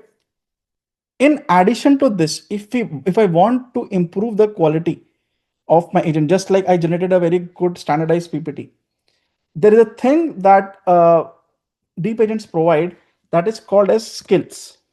Okay, so skills is nothing, it's an MD file basically. Okay, skills.md. So what are skills technically? If you see that, skills say that, oh, if you generate a PPT, you should follow this structure. So you will have different skill for everything. You'll have a PPT skill. You will have a, for example, let's say, suppose you are creating a fast API application. You'll say a fast API skill will be there. Okay, you are creating a front end. So you will have to create a React skill in the backend. Okay. Similarly, lot of skills you will need to, you can put it there. So basically what happened, let me first show you this skill file. How does it look?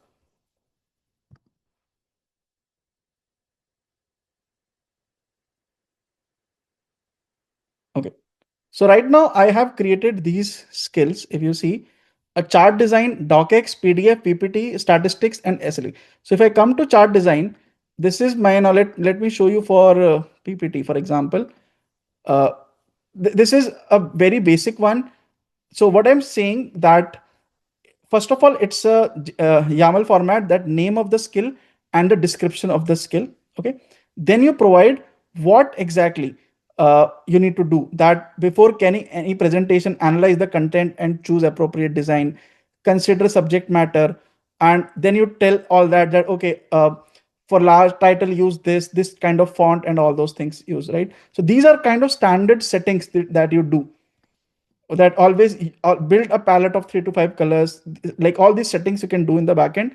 Then you will say for title slide, this should be the format, content slide, this should be the format, and you also give a sample code that from this is how you generate a PPT, this is how you configure the code and everything. Okay. This Now is we should write. this is we have to write. Okay. Now think like this. What happens? All these framework, LangChain, LangGraph, their code base keeps on changing, right? Every few months. If you want to generate, if you ask ChatGPT a question right now, that create me a LangChain code, what will happen? It will give you incorrect code. What if you want to always stay updated with the latest code on the LangChain documentation? What will you do? So we will have some kind of a auto installer checker. It will, Yes, whatever. you will have a skill. First, you will have a skill for LangChain, okay, which will automatically keep on downloading the documentation or whatever content is there from LangChain to your local file as a skill. So that before giving your LangChain code, it reads that, okay, this is how I have to read LangChain code rather than providing me from my internal information. Okay, so similarly, you can create like fast API. I generally work on fast API. I work on LangChain, LangGraph. I work on Claude Code. So I have all those skills installed always. I also install skills for generating charts. Right, the major things that I do, I keep them always with me. So because One of question: that, do you author these skills, or we have to? These are also like download packs from Cloud Code. what The skills we have to author these skills ourselves. you can author, so some come by default with Claude Code, like PPTX and all those things. Claude Code but dynamically provides. Rest you have to create on your own. Gotcha. So And if you that come becomes in our skills repo, like so you have to, so let me show you. This is Claude skills. Okay, so these are the skills.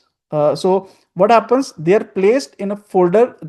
Okay, so you can place an MD file. You can run a script. You can add a lot of things there. So it's not only MD file. You can also have Python code. You can also have some other reference files. So I'll show you how it works. That what will happen? Thing like this. Suppose you have a LangChain documentation. Okay, you want to be aligned that your code should be consistent with LangChain's recent. So in skill.md, you will have all the concepts. In coding files, in skill folder, in the coding file, you will have the reference that how to code, so that agent, before generating code, it reads that format and it generates answer for you. Okay. So here you can have, this is skills.md. Then you can also create a coding file or some other file. I'm sorry, So it has is this skills.md applicable to both the Claude way of making Claude and Deep Agent both? It is applicable to both. So these were defined in some sort of consortium as a standard for defining deep agents, and then both Claude and LangChain went and made these. So actually, Claude brought it first. LangChain, of course, they referenced from them and then they created on their own. Okay. So the idea of skill is just that I want to be I want to be updated. So how I make my agent customized, like, okay, you run the same code, I run the same code. How my PPT is coming better because I have defined skills my way, and I know that this way skills work better. Okay, so that is how you can enhance your project, your agent customization you can do. So different skills you can install in your folder. Any question so far? Just one question. Ultimately, this is a fancy context only, right? It's a Specific context to only, that. yes. It's a context Uh, only, yes. and what advantage does this, like specifying this context in the skill.md file and specifying it in the claude.md file? What are the I mean, they So like I there think there are is two types of debate MD that files you goes on. create. There are two types of MD files you create. One, you create a claude.md or a agent.md.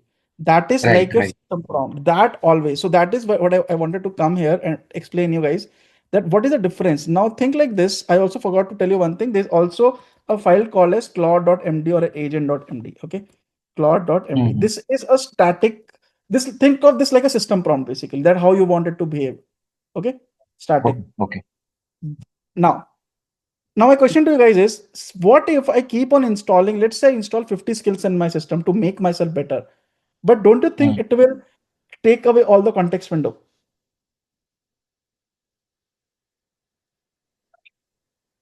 Yes, it will So be like it can hallucinate in for that. every request, LLM has system prompt, user question, tool description, Claude MD, and all the skill.md file that we created. All that needs to go to LLM, right, to decide whether to invoke this skill or not.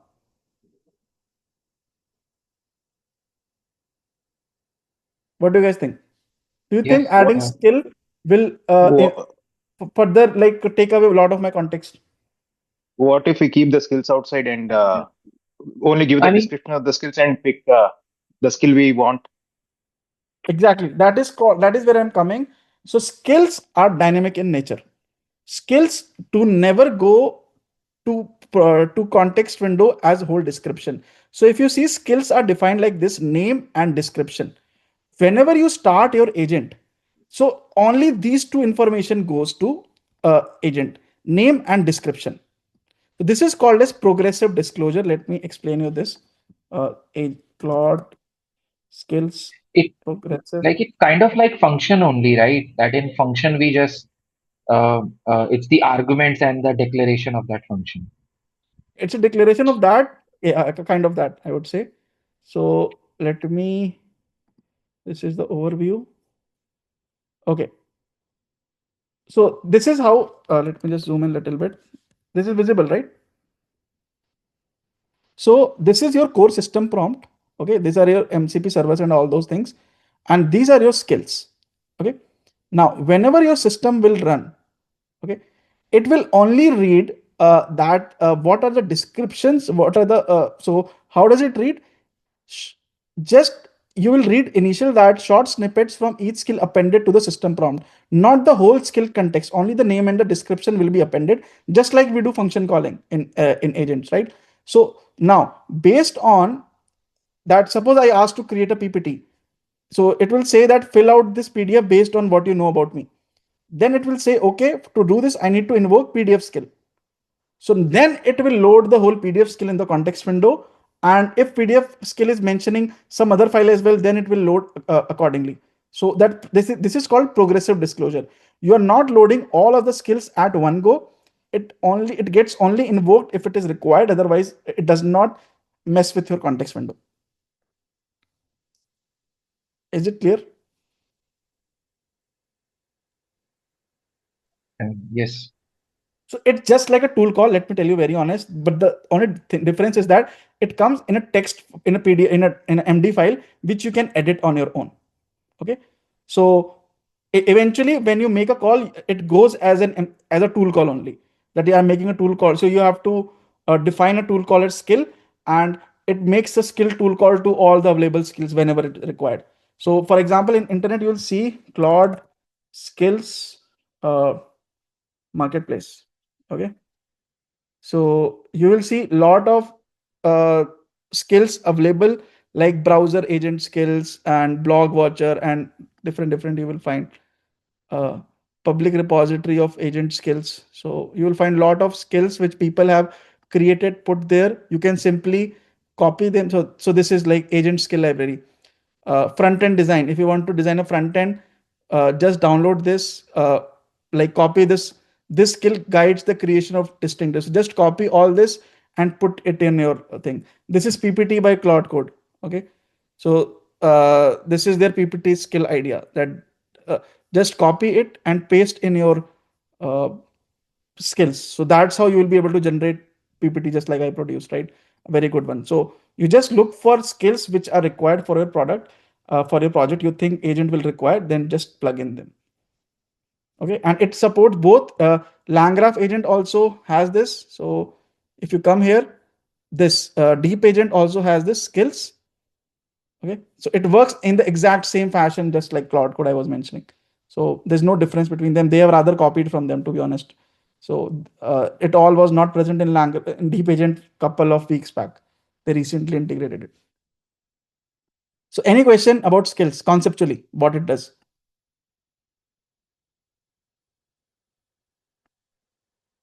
It's just a way to enhance, customize your agent as per your need. You can simply just like an additional prompt, I would say. Nothing more than that. Yes, it is increasing cost. That I'm not denying that it's not increasing cost, but again, as I mentioned, if it's think like it generated a very good PPT for me in one go, right? And if I take multiple sessions, right, I cannot keep on spending hours in just creating PPT, right? If it is reducing that effort, I'm fine with it. So it's all about use case, cost, and what is your eventual goal from that. And what is the skills thing for Claude? I tried looking for it on Google, didn't find it. Skills, Claude.skills. Just type Claude skills. That's it. Open the Anthropic page that you'll get. Okay. I think I'm here. Okay. Okay, so this is very very efficient. I'm telling you. Now let me tell you one thing. I'm just giving a scenario from my internal company. What happens that I want to create. So I'm working on a project where we are creating more. I would say standard. So we're standardizing agent creation, MCP creation in my company. Okay, there what we are saying is that anyone who wants to create an MCP server should come to our platform. They should select it, and our platform will generate a standard MCP repo for them. Now to standardize it, I need to follow my company standards. For example, how agent MCP server should be created, how the code should be written, what function qualities, what type of testing, and all those things should be written, right? So now thing like this, rather than doing this manually every time, I define a skill for my company, that my company coding standard, my company linting standards, my company CI/CD standards. Like I create 10 to 12 different skills inside my company, so that whenever my agent generates the code, it comes as a standardized code for the company. So that actually gives you a very heavy lift off, rather than creating it again, vibe coding, again vibe coding, again vibe coding. You will never be able to reach a standardized object. With this, you can reach that. Got my point? Yeah, in our company as well, like the skills are used quite a lot. Skills, they are very Specifically very beneficial. in They are generating the very boilerplate, like like generating the boilerplate code of any backend service. It's Yes. very useful. It's very useful. So as I mentioned, in my company also I'm doing similar thing. So skills really help a lot. Does not matter how much good prompt or how much good you things you refer, and if you have provided things in skill, it follows that is like strictly in that order. I have just one question regarding this.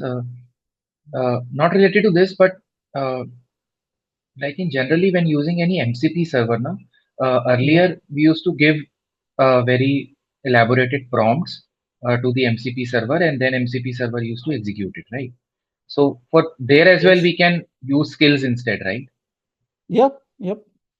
So what you can do is Ultimately, instead of adding MCP server, you can have, so in skills, it is not only the MD file, you can also have codes in your skill folder. So you can execute them there as well if you want. Or an MCP server also, as you're mentioning, you can do that there as well. Yeah, did the screen blank out? Okay.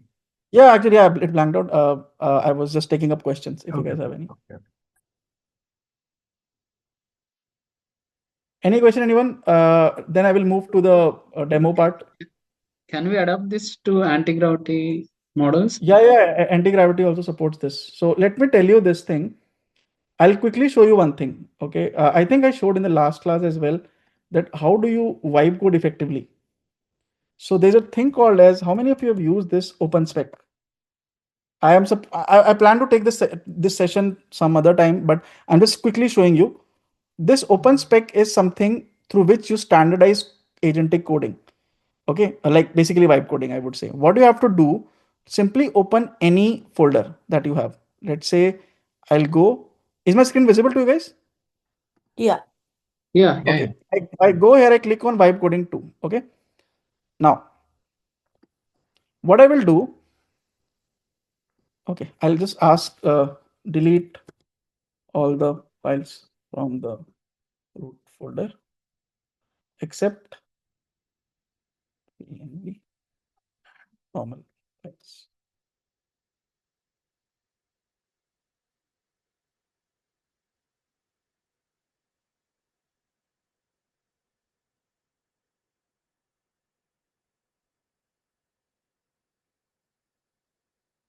So I'm just telling you what is the right way to vibe code in anti-gravity or any vibe coding tool. Okay, this is called as OpenSpec. So it's a CLI tool through which you can take a template, put in your vibe code, and you can do it. So I'm quickly showing you guys. Again, I'll cover it in detail later. But so what you do, you'll say OpenSpec. First, you have to install it, of course. OpenSpec init. Did I cover this in last class? No. no, I think I have not covered, right? Really? Well, so OpenSpec init. So whenever you have to vibe code, now think like this: vibe coding has 4 purposes. One, when you're exploring something, you have a code and you want to just try random things and see how they work. Second, you are given a task that, okay, in company you are given a Jira ticket that Sadik, this is a Jira ticket, please. These are the acceptance criteria and all that, right? Where you have a standard goal. Third, there's an error in your code, you want to fix it. Fourth, you want to run a loop indefinitely, just like we did the Ralph loop. For second and third scenario, this particular approach comes very, very handy. Okay, so how does it work? You'll say OpenSpec init. The moment you enter it, it will ask you that press enter. So when I enter, it will provide me all the options of vibe coding tools like anti-gravity, Claude Code. Okay, let's say I want to do for Claude Code, and I can select anti-gravity as well, or anything that you want. So let's say I want Kiro code is there, Gemini CLI, GitHub Copilot, I can take it. Okay, I selected GitHub Copilot and I selected Claude Code. You can select anything. The moment I press enter, it will create 2 files in my repository. See that? It will basically, there will be skills only. Okay. So let me enter this. So it created a .Claude folder, .GitHub, because for anti-gravity also it will create something called as .anti-gravity, whatever it is. I have not used it much, but now this is OpenSpec, where you see a config file. Okay, this is technically where you define your project description, that what your story description, that this is what I want to achieve in this story. This specs is what work has been done so far. This change is what change I am working right now. Okay, this is this folder. And this Claude, it automatically creates 4 skills. The four skills are, first of all is propose, second is explore, third is archive, and fourth is apply. So what you have to do, suppose you are given, let's say I have to create a fast API application. So what will I say? That I have to create a fast API application and I have some schema about it. I want to know what I need to do. So you can enter all those details here. If you, I mean, it is optional file, but you can still do to follow so that it can follow standard. Or you can say propose. You can say propose. So suppose what I will say, these are basically slash commands, okay, and these are skills as well. So I will come to my Claude code. I will say that slash OPSX OP. Wait a second.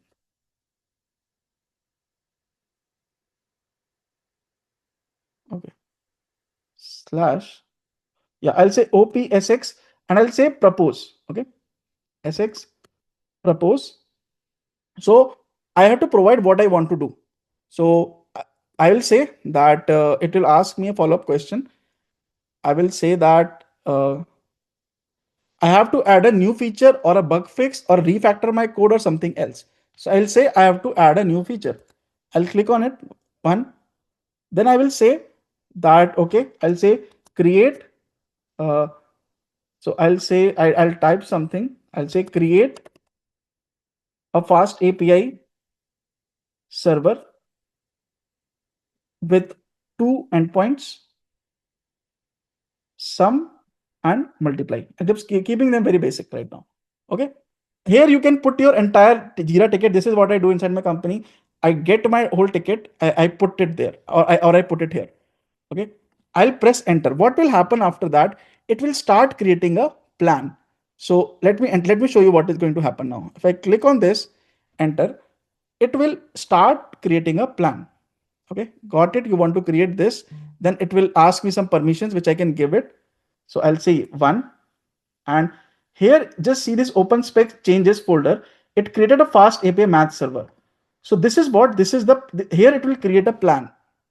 That this is what my objective is. It will create 3 files, tasks, your architecture, and like you will see, let it come.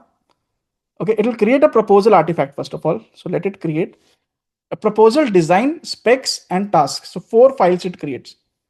So let it create. I'll just say yes, yes, yes. So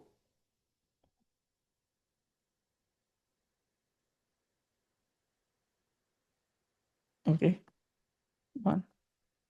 See, it created a proposal.md. So what is the proposal? This is just a business requirement that we need a lightweight math API server. I need to add these endpoints. These are the capabilities I want to have. So this is just my objective. Okay. Then it will create a design artifact that how you want it to happen.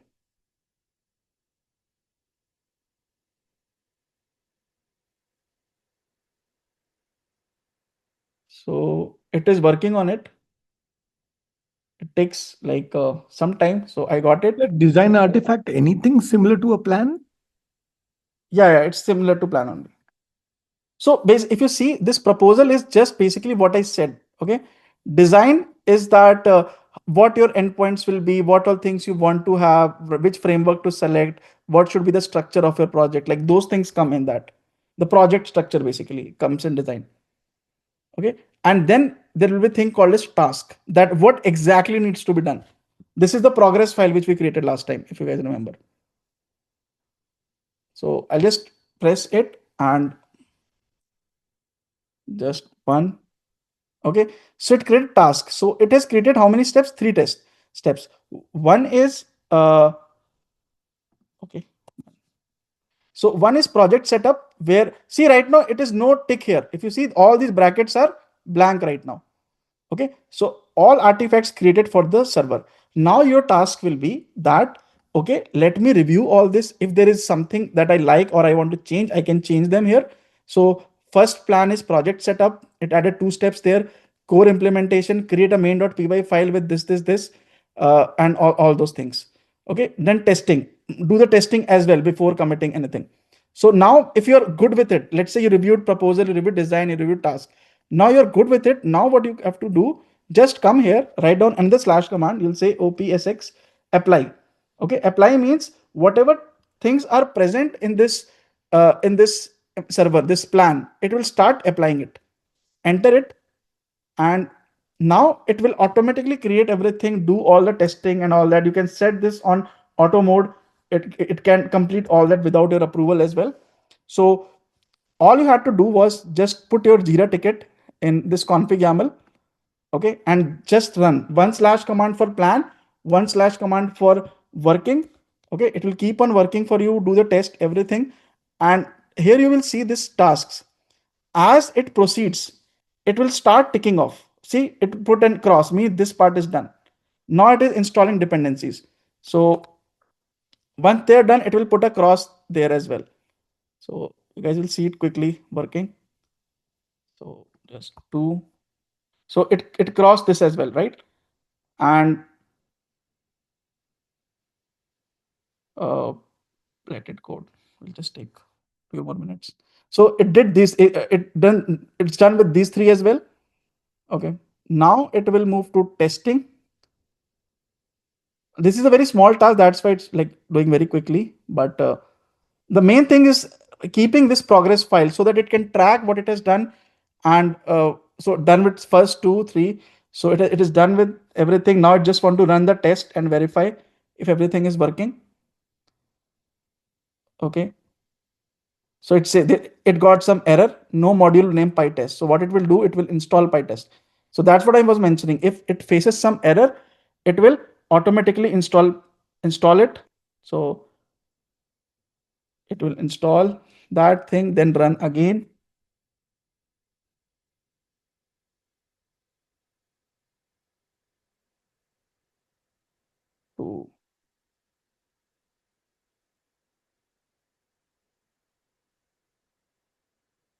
Okay, I think it's done with it almost. So yeah, so it's just putting this. So it is done with all the tasks right now. Okay, now it's a all tasks are completed. Now it is completed. You can still review and ask it to refactor it. So what you will do, if you see, there are 2 folders. Changes is something whatever your current changes. So you will review your code. You'll like wherever it created. So main.py it created. You will just check yourself as well. And if you are fine with it, all you need to say that /opsx archive. What it will do in archive, that it will move this from change folder to archive, so that when you do the next time, it does not take the previous work as another task. So you'll just say archive and it will close it. So this is how you effectively wipe code in any CLI tool like Claude Code, anti-gravity, or any kind of tool. So this is like I would say standard way of doing things, so that they follow standard structure, they never break, and even if they break, they auto recover. Now they'll ask, you want to sync, and you just sync. Satvik, one question. If we want to run the same with Codex and VS Code, how we can do? Codex, I don't think it supports. I'll check if it supports Codex. I need to check. Let me just have a quick check. OpenSpec doesn't? Okay. Open spec init. So just a second. Sorry. Open spec init. Collects anonymous user stats. Okay. This is done. Now let me close it. So why is it giving error? Permission denied. Okay, okay, I already created it, so that's why. Now let me delete all this right now. I'll just recreate things. Okay. So just one question, like, how did it use the skill? Like, it automatically created skills as well, right? Yeah, skill. So whenever you do when you select, right, anything, skill, it creates that time only. Whenever, for example, whenever I will select, let's say GitHub Copilot, say Codex is also there. I select Codex, okay, or whatever you select. Let's say I want to select anti-gravity, right? Space. The moment I press enter, it will automatically create .agent, .codex, and skills there itself. So that's something it comes pre-built in. Okay. So whatever whatever task we are providing in the backend, it ultimately using those skills, right? it's using the skills only. If you read this, if you go and read this skill, these are what? It will say their skill.md. So what does it say? Propose a new change with all the artifacted facts, okay, and the whole bunch of information it has provided. So it follows all this strictly. So we don't change that because this is tested prompt. So that's why it works perfectly. It's a very simple thing. You can create your own open spec. It's not a very complicated thing to build. Just a set of MD files. You collected them as a package and then you're selling to people. So, okay. Sorry, I took some time in that, right? Shall I move to the demo now? Yeah. Yes. Okay. Looks like Markdown is the new language, hey? No Python. Yeah, for LLMs, No Markdown English. is the language. For Yeah, LLMs, Markdown is the language. Language they of read Markdown. 2026. Yes. So now let's come to this particular project. Okay. So what is this? I will deploy this on my website as well so that you can read from there. Okay. So what we are going, I'm not going to this section why agents fail. I created some games for you to understand, but I think we know enough right now. Let's leave this right now. So simply come here. So it has three things: learn, lab, and explore. Our objective is to create a data analyst agent right from basics and improve its functionality with deep agent, all the concepts of deep agent moving forward. Okay, that is what I need to do. All the concept of deep agent, whatever I've taught, you guys can read from here. This is the GitHub repo of the project, which I shared. Where is it? Yeah, this is the project, right? You just need to take this, clone it, and you can run all that UI on your own as well. So you don't need to worry about that. Now let's come to the lab. Okay. In the lab, there are 15 chapters. It won't require a lot of time to run. So how is it? If you see there are 15, we will start with a minimalist agent, which will just reply me hi, hello. Okay. Then we will see how to add code to change model, then add custom tools, then add prompt. These are the very basic ones. Then how to write a tool to deep agent, then how to attach a file system backend, then how to write sandbox Daytona there, then adding a sub agent, then adding a checkpointer, adding a human in loop, and then middlewares we will add. Basically middlewares are nothing but guardrails we will add, and then we will add further skills and all that, and then we'll create a full pipeline. So we'll move in an incremental order. Okay, I'll just show you in each screen what we are doing, and I'll run, we will see the result, and we will move forward with it. Okay, again, I cannot cover everything in one session, but so my idea is just to explain you the concept of deep agent and show you the potential of it. Okay. One question, Satvik, to download to make this run and go through the labs, we have to, how we will do? You have to clone the repository that I have shared. Just go to your Copilot and run the commands. Okay, gotcha. So there's a backend server, front end server. You need to run the backend first, then the front end. So okay. I have given the steps, quick start. Okay, you need to run this, install. You need to add these API keys. Okay, and these are the commands. This is command to run the backend. This is command to run the front end. Okay, gotcha. So just follow this. README. It will understand. Wow, this is well thought out. Can you share Again, you developed this using Cloud Code? Yeah, of course. I don't know UI, right? I built it last night. I mean, this night only. So earlier I thought I'll show through terminal, but I thought let's create a UI. I have time. So now this is what all we have. We have this scenario here. When I click on this chapter will run here. The architecture will come. And if you scroll down, we have different agent model, like we are progressing like this. Okay. And here I will have chat. I'll have logs here. It will show me the flow, a terminal. So 4 things I have added. From here, you can change the model as well, whatever model you want to change, and you can run it. So the first part is just I want to run a basic agent. Okay, which this agent will only reply me hi, hello. It will not have any tools, nothing like that. So technically, we are just calling an agent, but it will just be an LLM response. So deep agents provide this library called as deep agent. Okay, from deep agents, import deep, create deep agent. And I'll ask you a question. What is a pivot table? Explain it simply in a very small with some data, something like that I'm asking it. Okay. You just need to write on this code agent equal to create deep agent provided a model. Right now, no tools, no backend, no sandbox, no Daytona, no kind of that thing. Okay. And then I will stream the result. Is it clear? This much code. So I'm just taking a function and running it right now, just with some standard LLM model. You can change the model from here or you can change from here as well. It's up to you. So now when I run it, okay. So what will happen? This is my question. Agent is thinking and agent replied. A pivot table is a tool used quickly to summarize and it will give in this format. How is it giving me this beautiful? Is that I have skills installed in the backend. That's why it is formatting correctly for me. Okay. So this is it. So this is just a standard LLM. If I go to logs, right, this is it like, so this is the flow. User message, AI replied, token usage. So I just spent 11 tokens, 335 tokens out. No tool call happened and it just took me 5 seconds to run it. Clear? Any doubt in this one, anyone? So user just made a request to deep agent, no tool call, very standard answer, question answer. So nothing, no much consumption here right now. So it only costed me $0.004 right now to run this. Clear? Could you please share the link? I'll share you post class, right? First, just focus on what I'm teaching, right? Okay, okay. I'll share you everything. Okay, what do you have in your skills.empty for this particular program? So I showed you, right? I have these things. Let me show you.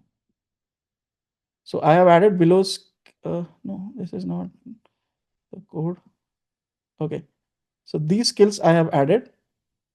I added a chart design skill, a docx, PDF, PPTX, statistics, and XLSX. These skills I have added, right?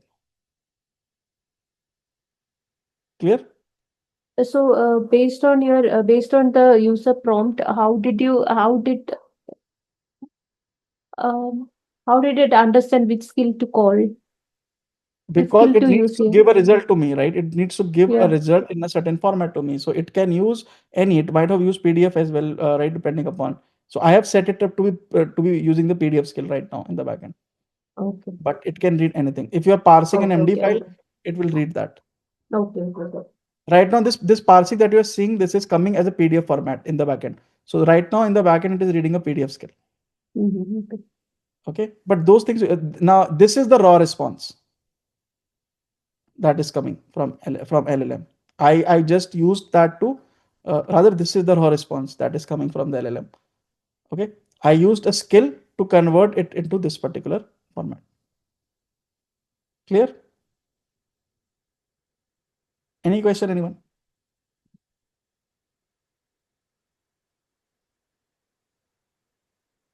The flow is designed to be progressive only, right? We have to finish one by one in the modules. Yeah, it is designed to progress. I mean, you can run individual.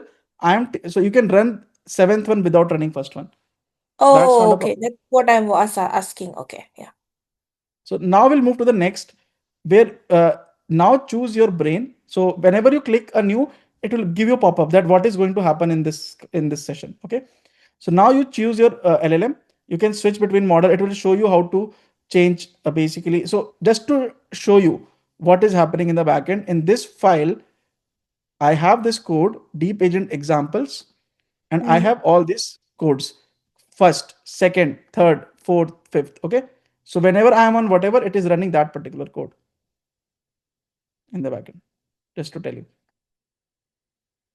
Okay. Now let's come here. So it will tell you that you can change models from here if you want to switch.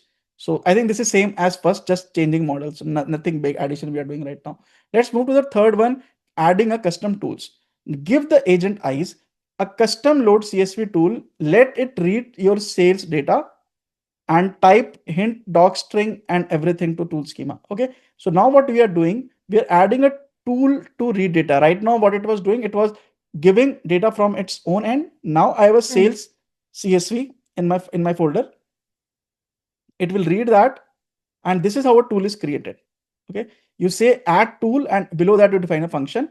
This is the doc string that you give, and this is the code to basically read content from CSV. So you create this tool, And in deep agent, now what you will do, you had model in the previous one, now you will add tools equal to load CSV. So this is the only new line from compared to chapter 1, that you added this particular tool now. So now it can respond from its own, or it can read from the particular file as well, which you have provided. Okay. So the same question that I'm providing now, that load the sales data from this and tell me what columns it has, how many rows, and all those things. So I'll simply run it, load the sales source data. So what is happening, if you see, let it run completely. I will show you. So this is the request that I sent. Okay. If you have to understand, user message was this. Then it called this tool load CSV. If you see, this is a tool calling happened here. And it got this result from that tool call. And this it intercepted. Then it read. And so what was its objective? Let me see. Yeah, I think it just hallucinating right now, because this is it should have stopped here. I don't know, it kept on working. So yeah, so this is the answer that it's providing me, that read a tool and provide me the particular summary. So this is the third step where you're adding a tool. Next step is you're changing the system prompt. Right now we are analyzing the data, but I want to give it a better prompt. So what will I do? Everything I'll keep same. I just added a prompt here, analyst prompt, saying that you are a senior data analyst for a company. While analyzing data, always follow this method. So always provide me answer in this format: data overview, key metrics, comparisons, insights, recommendation. So now whatever answer I'll get in this format. Earlier I was getting answers in random format. Now I will get in this particular format. So I'll just run it. So let's see what applies.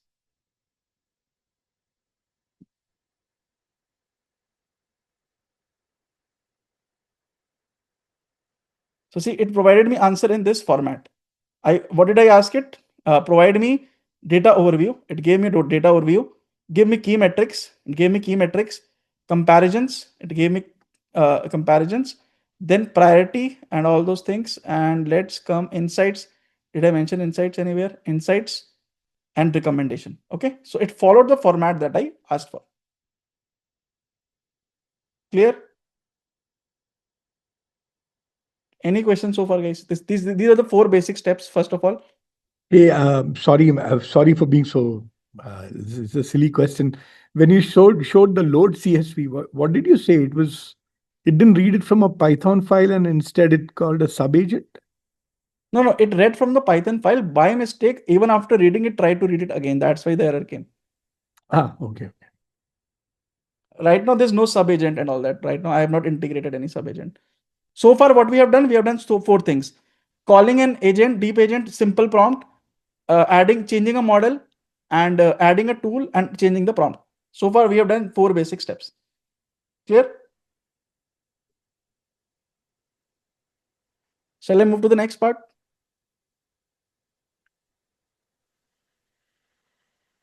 So next part is think first. That is adding the ability to think first. Now this is very, very interesting thing.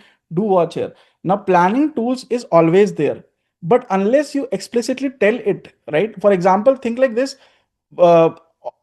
Whenever agent is getting a bigger task, for example, I am using a GPT 4.1 model that is not recommended for deep agents because it's not that powerful, but still I'm using it. Now you have to explicitly provide information that you have to use this tool. Okay, there's some difference between deep agent and Claude Code. In Claude Code, if you just put it every time it calls to dos, but here you have to specify as well that always create a plan first, just to ensure that it follows that path. So what we are doing, we'll say that before analyzing the agent plans, write to dos, and we'll see it creates a plan. It tries to follow that. So what change we have done here, if you try to see, everything is same. Analyze the data. I need sessions by page, conversion rate by source, mobile versus desktop performance, and all those things. Okay. I added a tool to load CSV and read it. Same thing that we are doing. Now, in the prompt, I changed something. I said, before starting any analysis, always use write to dos to create a step-by-step plan. Okay. So just because of this, it will automatically invoke that tool and it will keep a track with that always. and rest information I kept same, no change. In the prompt, now I added the system analyst prompt, whatever it is there. Okay, so this is the only change I have done in this code. Just added that, okay, always use to-dos so that you can follow a structure. So I'll run it. Okay, so see what it does. So let it complete first. I'll show you. So see here, activity should write to do's, load, write to do's, load, write to do. So you can see the activity here. So let it get the final answer.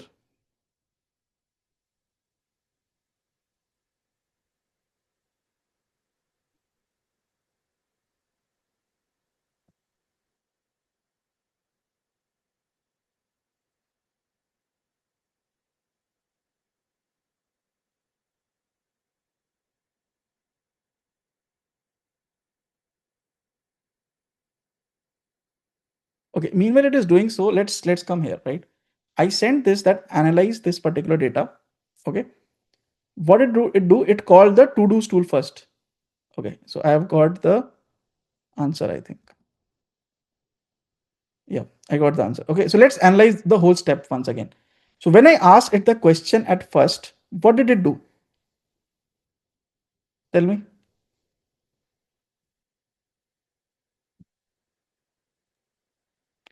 This is the prompt that I gave. Yep. What did it do next? It called a tool which is write to It called do's. it to-dos planning tool. Okay, in planning tool, this is a JSON. If you see content, load and validate this and status in progress. This is one plan. Do you see this? This is second plan. Content generate 6 pages by summary. Status is pending. Then this is the third plan. And so on. It would have created different plans. Got it? Now it started working over it. Okay. And when it was done with the first plan, it changed the initial status to completed. And others were in progress and pending. Correct? As we move forward, this was completed, this was completed, this was in progress. And as we move forward, it would further this completed, something next would be in pending. So that is how it keeps on going till it completes till all to-dos are completed. It will keep on working. Any question, anyone, please ask me. Bit confusing for me. What is confusing in this? So think first is its whole task is to come up with a list of to-dos. So What this is all the it's list of gonna to-dos. do. This is the list of to-dos. Okay. Let me just copy. List to do's you have defined somewhere in the plan MD? I have not designed. It's inbuilt. It's inbuilt with Deep Agent. I have not defined anywhere. Okay. The same thing you are saying that it will span No, don't use their this. own Use sub-agent. JSON to table converter. It will show.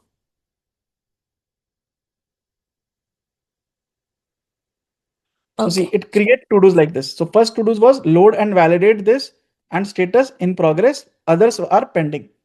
So it created 4 plans, right? That first load and validate, generate sessions, calculate conversion, complete remaining analysis task. So these 3 are in pending. The first one it says in progress. Okay. Got it? Now let's move next. What it do? It started working, and let's copy this now. Okay. The next, as it worked over the time, what it would have done. So this got completed, right? This which was in progress, it got, because it was working on it, it got completed now. Now the second one came in progress, from pending to progress. And rest 2 were still in pending. Do you understand this? Yeah. And similarly, so when it is, so this is the plan. Now it will be working on this. Once it is done with it, it will mark this as done. It's the same thing that was happening in Claude Code. If you guys remember, what did it used to do? It used to create this ticks. In the backend, what is it? It is just a JSON file with this is the task and this is the whether it is like done or not, pending or and all those things. So same feature that was happening here is happening in this scenario. Do you get it or not now? Please tell me, guys. Satwik, can you please show us the code, the backend code? Yeah, this is the backend code, right? Backend in the sense the Python file. This is the Python file, Python code only. Oh, okay, sorry. This is the Python code only. I'm just showing in UI. Okay, got it. So this is the code. See what is there. This is my user question. Basically, the user question here. This is my tool that loads CSV. Okay. So, and this is my prompt. You're a senior analyst. Before starting any analysis, always use write to dos to create a step-by-step plan. Okay. And this is how you integrate. You say deep agent model, you provide tools and you provide system prompt. And that's it.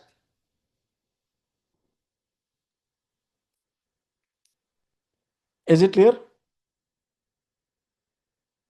Yes. Yes. Quick question.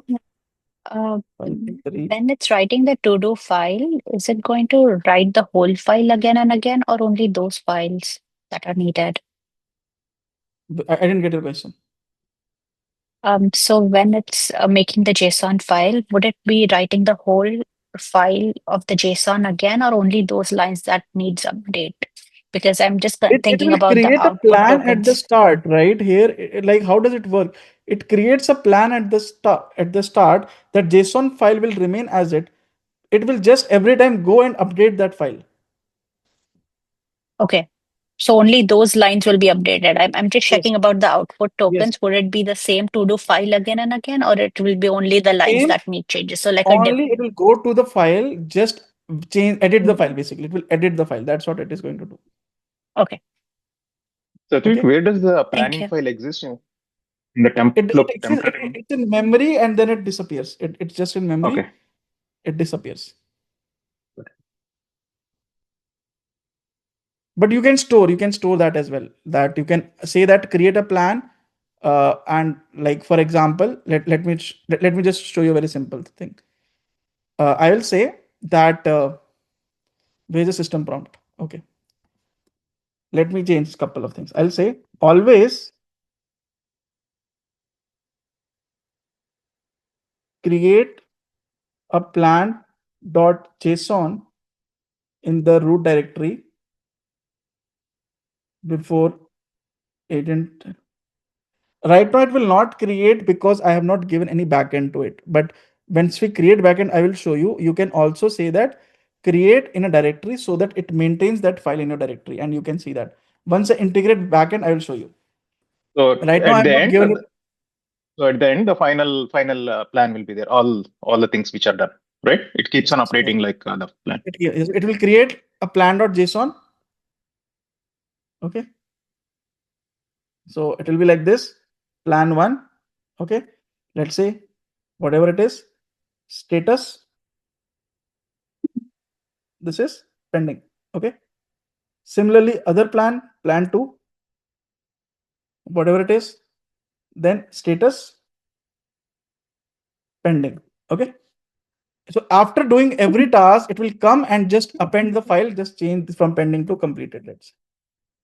So eventually in the end, it will just see, are all the tasks completed? If yes, then it can close. Otherwise, it will still keep on iterating. Got it. Thanks. It's the same thing, guys, how this works. Let's say, let me show you this thing.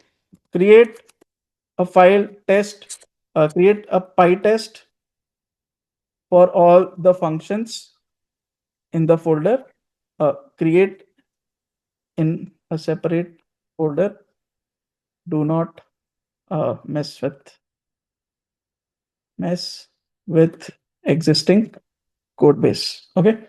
What it will do right now? Right now, this compacting means it is summarizing because the context window is 100%. So 0% of context window is remaining.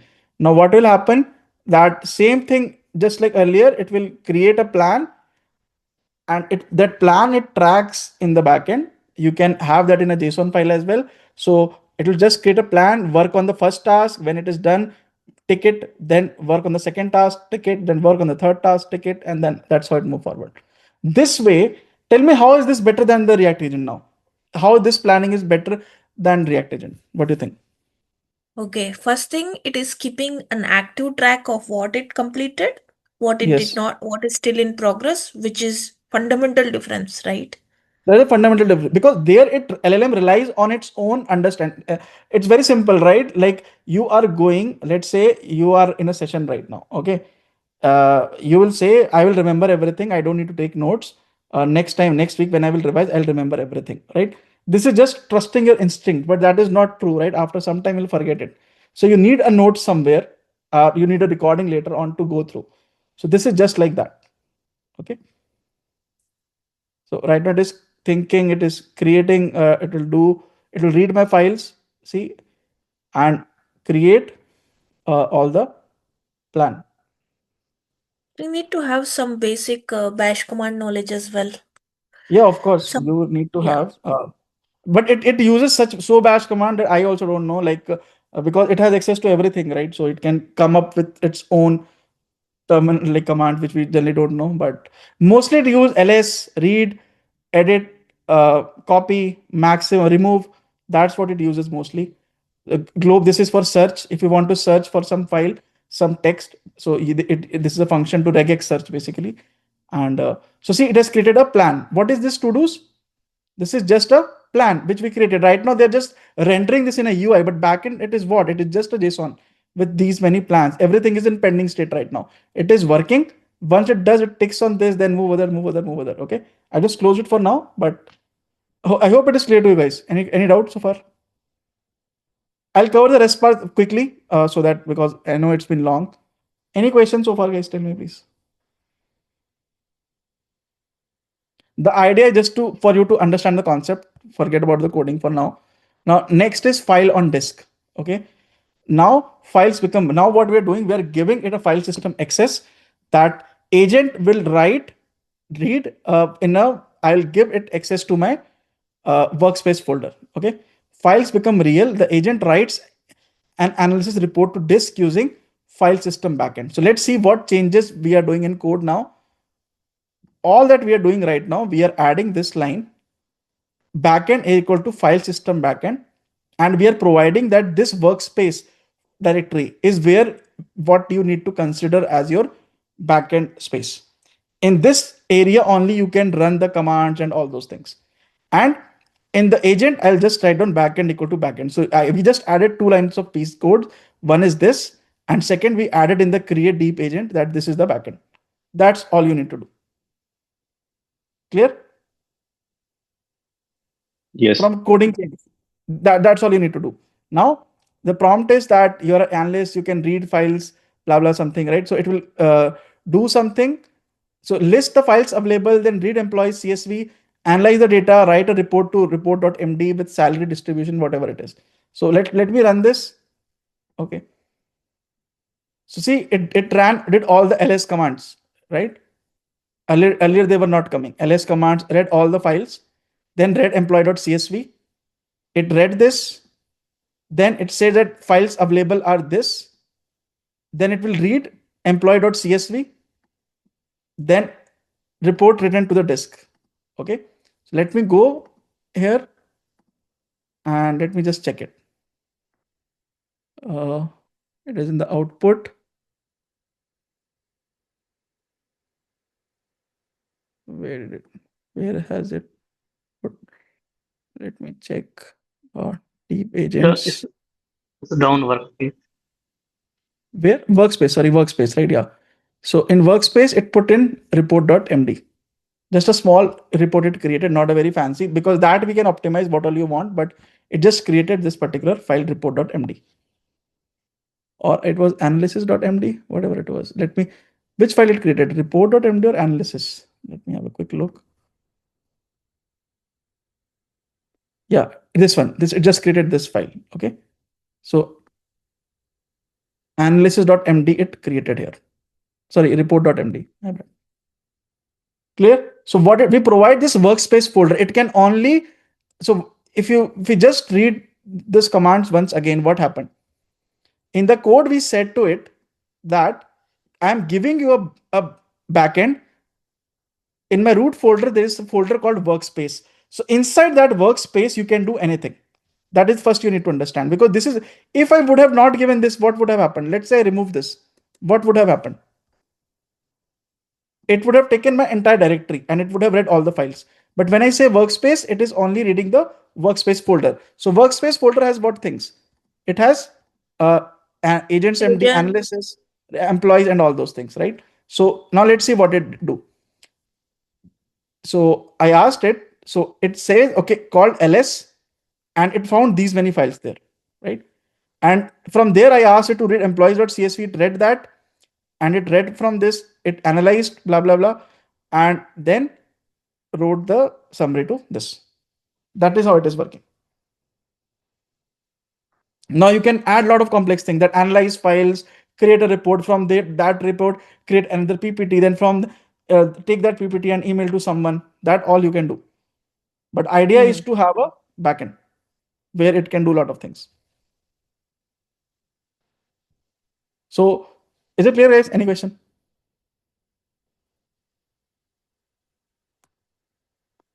Are you guys good for another 15 minutes, or you want me to close the session? Good, we we are can good. continue. Just 15 minutes I will need. I'll walk you quickly. I hope this is clear, right? You will get the recordings, don't worry. Just try to understand the concept. Okay. For every file, I'll just walk you through what code change I've done and what things to expect from that. Now from file on disk. One question, Satvik. So should we follow along the front end, clicking through and see what the backend is producing in order to understand this? Yes, yes, of course, of course. Okay. Yeah. So it didn't generate this UI and all that in one go. It generated a very terrible UI thing. I had to like align things one by one setting, then only it got completed, right? So I understand because I have built it. So for you to do reverse engineering, you have to like what you have to do, like do on UI. Even if you don't want to do on UI, go to these files, right? 15 files. Just run them in your terminal and you will see the result. Even if you don't want to go through the UI, just want to understand. Let's say few people are like, they understand better when they just run the code by themselves, right? So you can simply come here and run each file one by one and see what it is doing. But otherwise, just do what is happening in UI and come and see in the backend. Backend, you can also check here. I've integrated like explore here. Also, you can check all the backend. Oh, nice. Okay. So you can have everything here as well. I just added, if you want to review from here, see that analysis.md, report.md, right? It came here as well. So I've linked my whole backend to this UI as well. So you can see things from here as well. Okay. Now let's come to the next chapter, that is 7th. Now we were executing things on my system. And what is the drawback of that? It can use your local files. Yeah, it can use local file. It can mess up with something. So what should I do? Sandbox. Agent should generate a code and execute that in a sandbox. So that is what we are doing right now. Code execution gets safe, upload CSV to a Daytona sandbox, run pandas matplotlib inside it, download the charts locally. Okay. So what's going to happen, that I'm going to say that first of all, I'll say from Daytona, import Daytona, and LangChain Daytona provides this file. I'm saying, so I will upload a file from, first of all, from here to sandbox, because agent has to read the file inside sandbox environment, right? So yeah, upload. So go to the, so I'm saying analyze this sales.csv. So the file will be uploaded in this in Daytona, home Daytona. Okay, this is where file is there in that. Load it with pandas and print summary statistics, calculate profit margin, create bar chart, save the chart to this, and give the chart back to me. So what will be happening? It will execute in Daytona and output, it will give it back to me. Okay. So the first step is you create a sandbox. So you'll say config this sandbox. You need to get your API key from Daytona and run this file. You'll just verify if it is running. And guys, in the learn part, if you go, I have given all the code concept in detail. So if you go to learn tab, right? Let's say you want to understand sandboxes. You read this when it, okay, this is my machine, this is sandbox. And this all the code I've explained, that modal, Daytona, and run loop is there, and how it works. If you still don't understand, go to the deep agents library, read from there to understand in more detail. Okay. Now let's come to the lab. We were at Daytona. Okay. So this is there, creating sandbox, verify sandbox. Now this is, I'm uploading the data to the sandbox. If you see sales data equal to this backend dot upload files, I'm pushing the file to the Daytona. And now I am running this, saying that agent create deep agent, model this backend is the Daytona sandbox, and rest things are same. Okay. So what incremental thing did I do in this code? We created a sandbox and we only uploaded the CSV file into the sandbox, and we are running the agent inside the sandbox. Yes, we are running Deep agent inside sandbox. Right. And this extra code I have to remember, Daytona will automatically not give you the file back. You have to write down a code to download the artifact from sandbox to it, right? So I've given that code as well. So when I run this code, let's see what happens. Okay, what you mean to say is all the outputs from the sandbox will be inside the sandbox. Inside the sandbox, you have to extract it. You have to write down a code to extract. So it first created sandbox ready, uploaded the file to the sandbox. Now it is installing all the packages in the sandbox. Okay.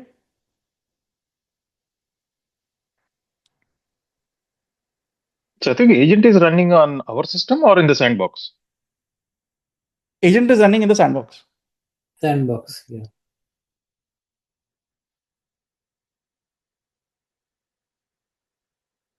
So it takes some time because sandbox generally I am using a free tier. So it generally, what happens? They put you on like a queue. Sometimes it takes time to get the result. So and streaming is not added, installing packages. It is taking few minutes. Let's see what happens.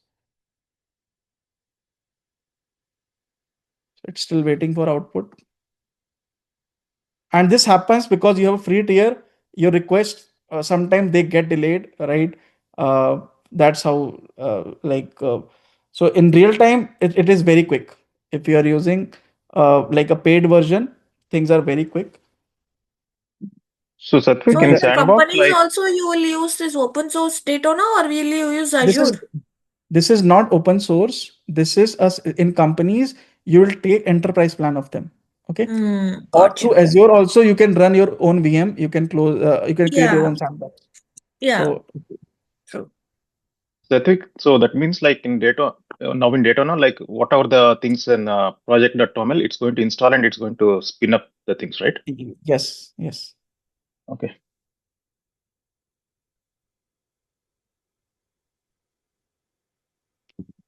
So it doesn't take this much time. It's only because of its free tier. It's they have put it on queue right now.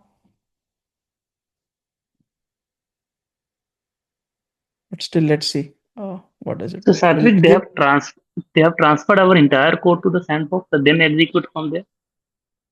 No, so they have our agent code they have transferred to. So when you give this backend, think like this. Let me show you. When you write this code, backend equal to backend. So whatever you define, agent runs there. Right now, what is our backend? Sandbox. Sandbox. Backend is equal to Daytona sandbox. Okay. So my agent is running in Daytona right now. Got it? Agent is running on Daytona. Only agent, right? The code is in your local system. What agent is code only, right? Yeah, that is what I am saying. The entirely code first go to the workspace, and then agent will run there. Code is in my space. It is taking basically that file, executing in Daytona. Okay. And once it is done, it will kill the sandbox and it will come back. Okay. I'll just give it a couple of more minutes. If it doesn't work, we'll move to the next. It works. I've tested it. It works. So it's just that in free tier it takes time. Yeah, how it is different from like building Docker and then pushing it to the instance and running there? In Docker, what you do, you move all your files, everything, right? And you deploy it somewhere. In Docker, so first of all, this is very lightweight. This is just meant for code execution. You do not like From Docker, you create a container, right? And you keep it forever. You keep it alive. Here, sandbox runs for that moment and then it gets closed. Got it. Thanks. It's a mini version. It's a very small version of, like, you don't want to pay for a container heavy. You saw the fee cost of it, right? It's like $0.0001 for 1 second or something like that. Got it. So guys, moving to the next. I don't know why it got stuck. This, like, its Daytona is basically hanged right now. Let me refresh it as well. I'll just give it one This more. works only for one instance, the What do you mean by sandbox. that? Like you said that it will be cleared it out after you achieve the task of the agent, so that it is only for the instance it will No, work. no, it does not clear automatically. You have to write. If you see my code, let me show you. Daytona. Okay. So let me first execute this as well. Meanwhile, if you see here, I delete it. Okay. All If you right. All don't right. delete it, it will not get deleted automatically. Okay. Okay. See, this time it ran perfectly. Okay. So yeah, that time it was hanged. So it is running in Daytona right now. So we'll see all the outputs.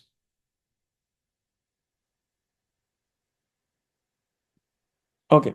Yeah, it worked. So you have to, if you don't delete it, what happens? It keeps on running. And I'm in free tier. After a certain point, it will say, no, first close your existing containers. So you have to go and delete. So that's why every code when I run, I start and then I delete it automatically. Okay. Okay. So see what happened. Let's understand the flow. Okay. It went, created sandbox, right? Uploaded the file to the sandbox and installed all the packages there. That is the first step, just like we do in Docker as well. Correct. Now, agent is executing inside that Daytona. So this is my user prompt. So first of all, it will read the files in Daytona. Where is it reading? Home Daytona/data. So it is reading inside the Daytona.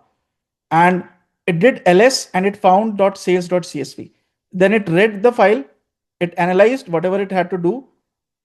It write something right to file, like import. It created a Python file. So what did it do? It created this file, analyze sales.py. Do you see this? Yes. So to Yes. run an analysis on that, it created a Python file and it wrote all that code and executed that Python file in that environment. So updated the file Daytona analyze sales.py. Correct?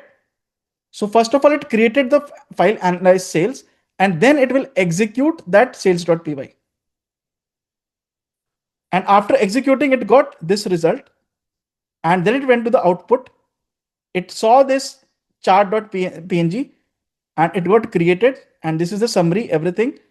And then I downloaded from the sandbox. I'll show you where I've kept it. And the sandbox got deleted. So let me go to chapter 7 folder. Let me just show you what. So chapter 7 output, chapter 7 revenue. So this chart it created from Daytona. From where did this know which all libraries is required for your project? It is reading from your local. It is no library. It's installing, right? I showed you here. Yeah. The Python I have seen. Other than that, other libraries. Installing all the packages in the sandbox here. Oh, okay. So from where that it got an So understanding you have about to the package. provide that information in your like skills, or you can provide it in this prompt. So if you see, I have provided this in prompt that you are a data analyst agent. Use pandas and matplotlib and seaborn. Okay. So it installs that. Okay. So you can also provide their link. You can keep them in skills folder to make it dynamic and all those things. So right now I just passed it through prompt. Is this clear, guys? This is a new thing. That's why I'm taking some time. Do you guys understand how this code execution in Daytona is working? Yeah. Yes. Yeah, we do. This is a very, very important concept because moving onwards, like you will have to, suppose you want to build self-healing agents. What will you do then? You will take agent will generate a code in your system. You'll move those files in Daytona, execute them in the Daytona and take the error, come back, modify your code, then again put to Daytona and then come back and like it will keep on happening. How is Right? it different from this MCP agents? MCP is just a tool. MCP is Okay. tool. MCP is a tool. This is not a tool. This is you're executing in an environment. Your code. MCP is just a way to provide tools. This is Okay. very different Okay. from MCP. So this is called programmatic tool calling. You should, it's present in Anthropic. Read it. How it executes in a different environment. So you like execute a SQL query against a sales database. So create a code in one environment, test it in another environment. Okay. So you'll read about this container life cycle and all those things. You can read there in detail. But I've just explained the concept right now. Okay. Are you guys good with it? I'll just Yes. take 5 more minutes. Just last thing I'm explaining, sub agents. Rest all is human in loop and all those things. You can skip it. It's not required for right now. I mean, you have done in the regular agents as well. I'm just covering what new is present in this agent that is called as sub agents. Okay. Right now, what was happening that my single agent was working everywhere. Now I'm created this analyst team. One analyst becomes a team, a data wrangler, a chart designer, a report writer. 3 sub agents coordinated by one supervisor. So let's come to the code and look at it. I'll come here, deep agents, code, analyst teams. Okay. So what we are doing right now here is we're defining 3 sub agents. So this is my team. This is my agent 1. This is my sub agent 2. And this is my sub agent 3. So sub agent 1 is data wrangler. Description is load, clean, and transform. Its task is only to clean the data. So whenever I send some request, it will pass the cleaning request to this particular thing. So this is the model that I have to use, and this is the system prompt for this sub agent. This is the first I've given option. Second is a chart designer, create beautiful charts and visualizations from Matplotlib, and this is a system prompt, and this is the environment, like which model it is using. Now you have a report writer, write executive ready markdown reports with blah blah blah, whatever it is. So this is a list of sub agents that I just have to provide their name, description, and system prompt. That's it. Okay. Once it is done, here I will say model this backend this sub agents is equal to team, a team of specialists. So it's a list of 3 agents, sub agents basically, data wrangler, chart designer, and report writer. So you define your sub agents at here, and you pass them just like a variable here. That's it. That's all you need to do. Any question in the coding part?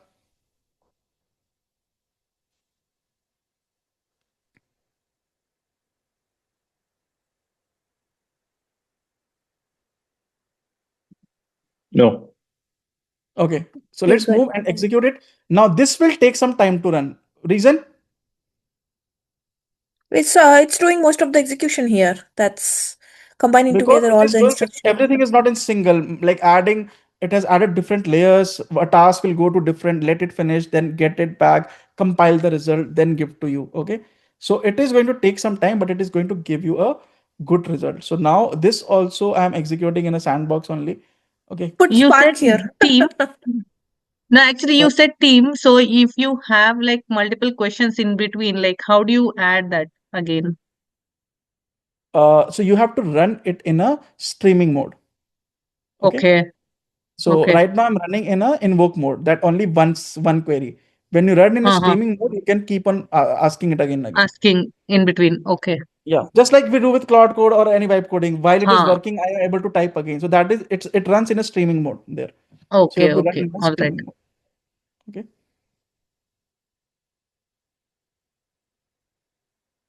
So it will take few minutes. Okay, like couple of minutes maybe to pass it to different sub agents. You need to read its one more thing. While this is happening, I forgot to tell one thing. All this I am logging in Langsmith. Okay. So this is my Langsmith dashboard. While this works, let me just show you. Okay. This is data analytics agent that I built, and all the traces. Do you guys know what is traces, metrics, and observability? Do you guys know about it? Yeah. Monitoring Yes, the yes. health of the So, applications. right. So all the code that I ran, right, it is coming here. I can come here, for example. So this one is running right now, right? This use case which we are running here right now. So that's why it is in process. So let's check the previous one. So in the previous one, it took me 22.87 seconds to run it. Then a model, it made a model call. Then it went to middleware. It made these tool calls. So this is how you can see the waterfall of your flows. Then you can also track, like this is the question. This was the output initially. If you see, like I analyzed this. This was my question, right? And it gave me, the LLM gave me this result that, okay, this is the content. This is the type, and it made a function call, name ls, and ID this, status completed. Okay. And similarly, all the JSON, all the progress you can track through this. So it's a good habit to add observability to your code. Output you can match, you can add, check a lot of metadata. So to understand how things are working, you have to actually go and read all these observability tables as well. Okay. So I just added for myself to view how things are going. But whenever you are running anything, make sure you have observability on. You can also track things like, if I come home, let's say tracing. Yeah, for different, I can see for this run, okay, it costed it this many tokens it consumed. This was the cost, and it will show me a lot of other parameters which I want to see. So anyways, let's come back to this. So it worked. What did it do? Created sandbox, write to dos. So first it called this agent, then it called the next one, saved PNG. Again, we have to go through logs to understand. So see, first data wrangler worked, right? It took this and it worked on this. Then chart designer worked, then report writer worked. So it made so many files and all that. And output chapter 8, it created all those files. So let's go to chapter 8 in the output. Where is it? Output chapter 8. So all these files, this multi-agent system created here. So cleaned CSV, it gave me data profile, it gave me executive summary, revenue by chart, revenue by bar. And then this is the Python file, this. Okay. I have not like, you can add, you can create very good charts if you write down proper skills and all those things, but that's for later. So this is how this sub-agent spawning works. And this is where I will stop. I don't want to like make you guys abuse me. So like REST is just adding checkpointer, human in loop, which we do in regular agents as well. A skills is something you can check on your own how to do it. But this whole execution you can do on your own as well. I've given you a very good platform to explore. You can learn from here. You can do a lab work here, and you can explore files from here.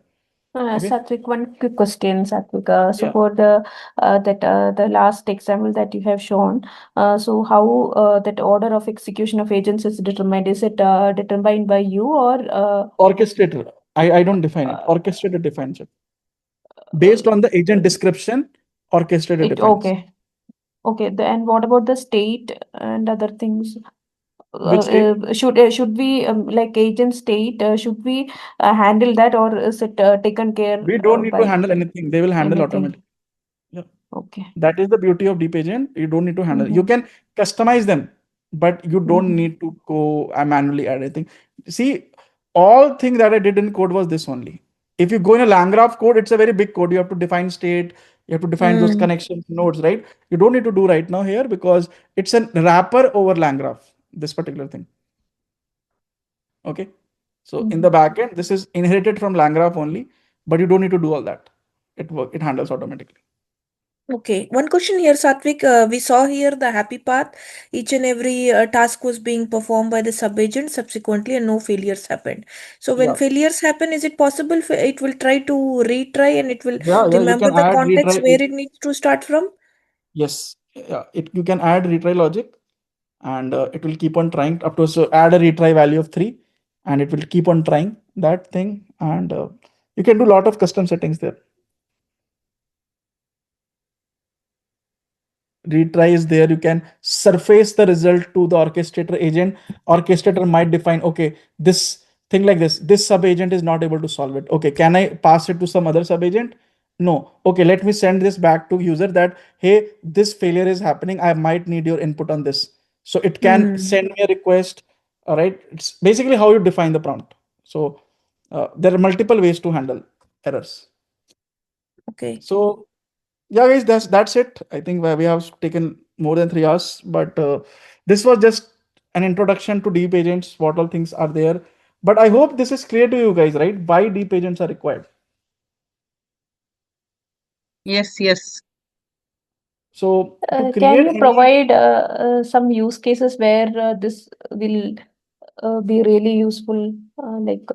you have to create a coding agent. You have to create a PR reviewer, okay, inside company. Okay. This is very helpful. You have to create a Can data we analyst, which I can just we explained. create any documentation through conference or Jira tickets? Based on that, can we create a Yeah. whole BRD? Yeah, you can create that. You can create that. So like Okay. as I told in my company, I'm working on a project where any user comes to the platform, they say, I want to build an agent inside this organization. Okay. You take that. So we have an orchestrator agent, and inside that orchestrator, we have different sub agents. So one sub agent is discovery. What does it do? It takes the user intent and matches with the organization things which are available. It asks follow-up questions. Okay. And then it creates a BRD. When BRD is created, this orchestrator now moves to the planner agent. It creates the plan for the application. Then the planner application moves to the engineering agent. That engineering agent creates all the tech details. Once those are created, it is presented to user to get a review. Once user gets a review, then we start coding for it, and then we have a CI/CD agent which automatically deploys it in the cloud. So in this scenarios, you need deep agent. They cannot happen just on basic agents. Okay. Now, Satvik, great marathon session, and I have a kind of a comment, kind of a caveat. Okay, so what I understood that the deep agent leverages the primarily at its core, it's a context management. We are trying to manage the context more efficiently using software systems with various kind of React methods. Ultimately, why we are doing it, because the LLMs what we use, right, they are a stochastic probabilistic pattern matchers, right? They don't have any explicit component for planning, logic, reasoning. That all, everything is implicit. We cannot control it very effectively. Even if you give a very good prompt, the likelihood of getting an answer will increase, but you will not have a certainty. You cannot say 100% I will get a right answer, because the prompting is only just modifying the final token prediction. Now we apply the software systems, okay, our age-old kind of method of breaking problems into multiple chunks, and then add deterministic verifiable kind of a placeholders, so that we could aim towards a more accurate answers. While we do this, then there is a trade-off, which you pointed earlier as well. The LLM are very generalized, very encyclopedic. Means just one API call, you get the answer. No kind of all this bandwagon is needed. So I didn't have to customize it. One LLM could give me a solution as a lawyer, or as an engineer, as a doctor. It could play multiple roles. Just to say in context, you are a lawyer, you are an engineer. When I add these, then I am making my solution more customized, specific for myself. Deterministic, customized. Then that means I am adding the maintenance cost. I am adding the I'm making it more kind of a you can say from a broader cone to, you can say, more again, we are making focused it a on. premium service, I would say. Very simple. Right? Means, yeah, of course. From a user's perspective, it's premium, but from a cost and maintenance perspective, it is more costly, right? Because then it becomes your sub solution. So the basically keeping this in mind, that the engine what we're using isn't changing. Its properties are pretty much same. All this engineering is all about to get more accurate and better answers More using accurate this deterministic answers. Yes. deterministic answers, which externally could be verified. For many use cases, we need that verification logic, validation logic, and so on. And in that sense, means it's a more better dressed up kind of a version, you can say, for the basic agentic systems what we had, or what we're using elsewhere as well. All right. You're bang on right. That is the ultimate goal. That was very simple. LLM generate code for us, right? Do we trust them? No. What we are adding a verification layer through sandbox. That okay, do this, your code, the probability of correctness will increase. Okay, so we are adding that systematic, like how humans think, we are adding that entire human structure to the agent, thinking, planning, if they fail, re-pick it up and do all those things, so that we can automate tasks by agent. Nothing like this, you have a data engineering pipeline. Through a React agent, you cannot confidently say that it worked. If you remember, in the last class, we created an application end-to-end using Ralph loop, right? That Ralph loop was based on this deep agent only, that it worked end-to-end. It ensure the quality of work that is achieved is optimal. You define those output scenarios, agent will keep on working till it achieves that level. So that's the objective. And that is, it has a more detailed and kind of internalized mathematical reasoning behind it. Basically, it depends upon what kind of solutions LLM is providing and what are kind of deterministic solutions they are. And it's maybe beyond this course, but it's good to keep in mind that, we are just building an engineering system to tackle the limitations what Exactly. LLMs Yeah, have, you're totally and right. and, In and 1 line, it's that only. utilize their strengths, because they're greatly strength. I mean, it's powerful in terms of providing us right answers for many cases. But great Yep. session. Thanks a Thank lot. you. Thanks, guys. Yeah. Anyway, any other question? Yeah, it was Those. very good session indeed, Satvik. Thank you. Thank you for the session. Thank you, guys. You'll Yeah, get and I a just want to appreciate you going above and beyond to create the front end for us to follow along to understand this concept. Yeah, thanks. That's my pleasure.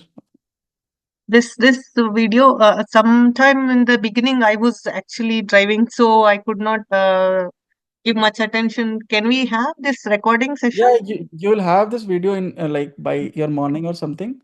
I'll Okay, upload it all to the right. YouTube channel. And there's another Sure. video which I covered last week on Ralph loop. Do watch that as Okay. well after this. That is through Yeah, deep sure. history, context is there. Through Ralph loop is basically how you can run agents continuously for 48 hours and do the task, complete it, and you come back. Okay. So do watch that video as well. It's on YouTube right And now. could you please also Sure. upload transcripts auto-generated from this Zoom? I will upload. Thank you. So Thank you again. Yeah. Thanks, Satvik. Satvik, thank you. Can you share the GitHub link? I will share everything, guys. Don't worry. When I share YouTube video in below that, I'll add all the files, everything will be there. Okay. Okay. Thank you very much. Thank you, guys. I have to sleep now. I have class in morning, in my evening. So, I will share channel name Data Sense. I will share with you guys. It was the same logo. You can check on YouTube. Okay. Thank you. So we keep on conducting sessions on weekends. You're from West Coast, right, Satvik? Yeah, I'm from Phoenix. Okay. Because you said you want to sleep, then I thought you're sleep in the sense I didn't sleep last night. I was preparing for this. Then we have RAG course right in evening, my 7:30 p.m. So I have to prepare a little bit for that as well. So, okay, sounds. Thank you, guys. Great. Right, do leave feedback when you'll get, and let me know what are more topics you want. I try to cover one open session every week or every alternate week. So with whatever, everything I'll share, GitHub link, video, everything I'll share by your morning. Don't worry. Okay. Sure. Thanks, Satvik. Thanks again, guys. Have a good Thank night. you. Have a good day. Bye-bye. Bye-bye. Have a nice day ahead. Bye.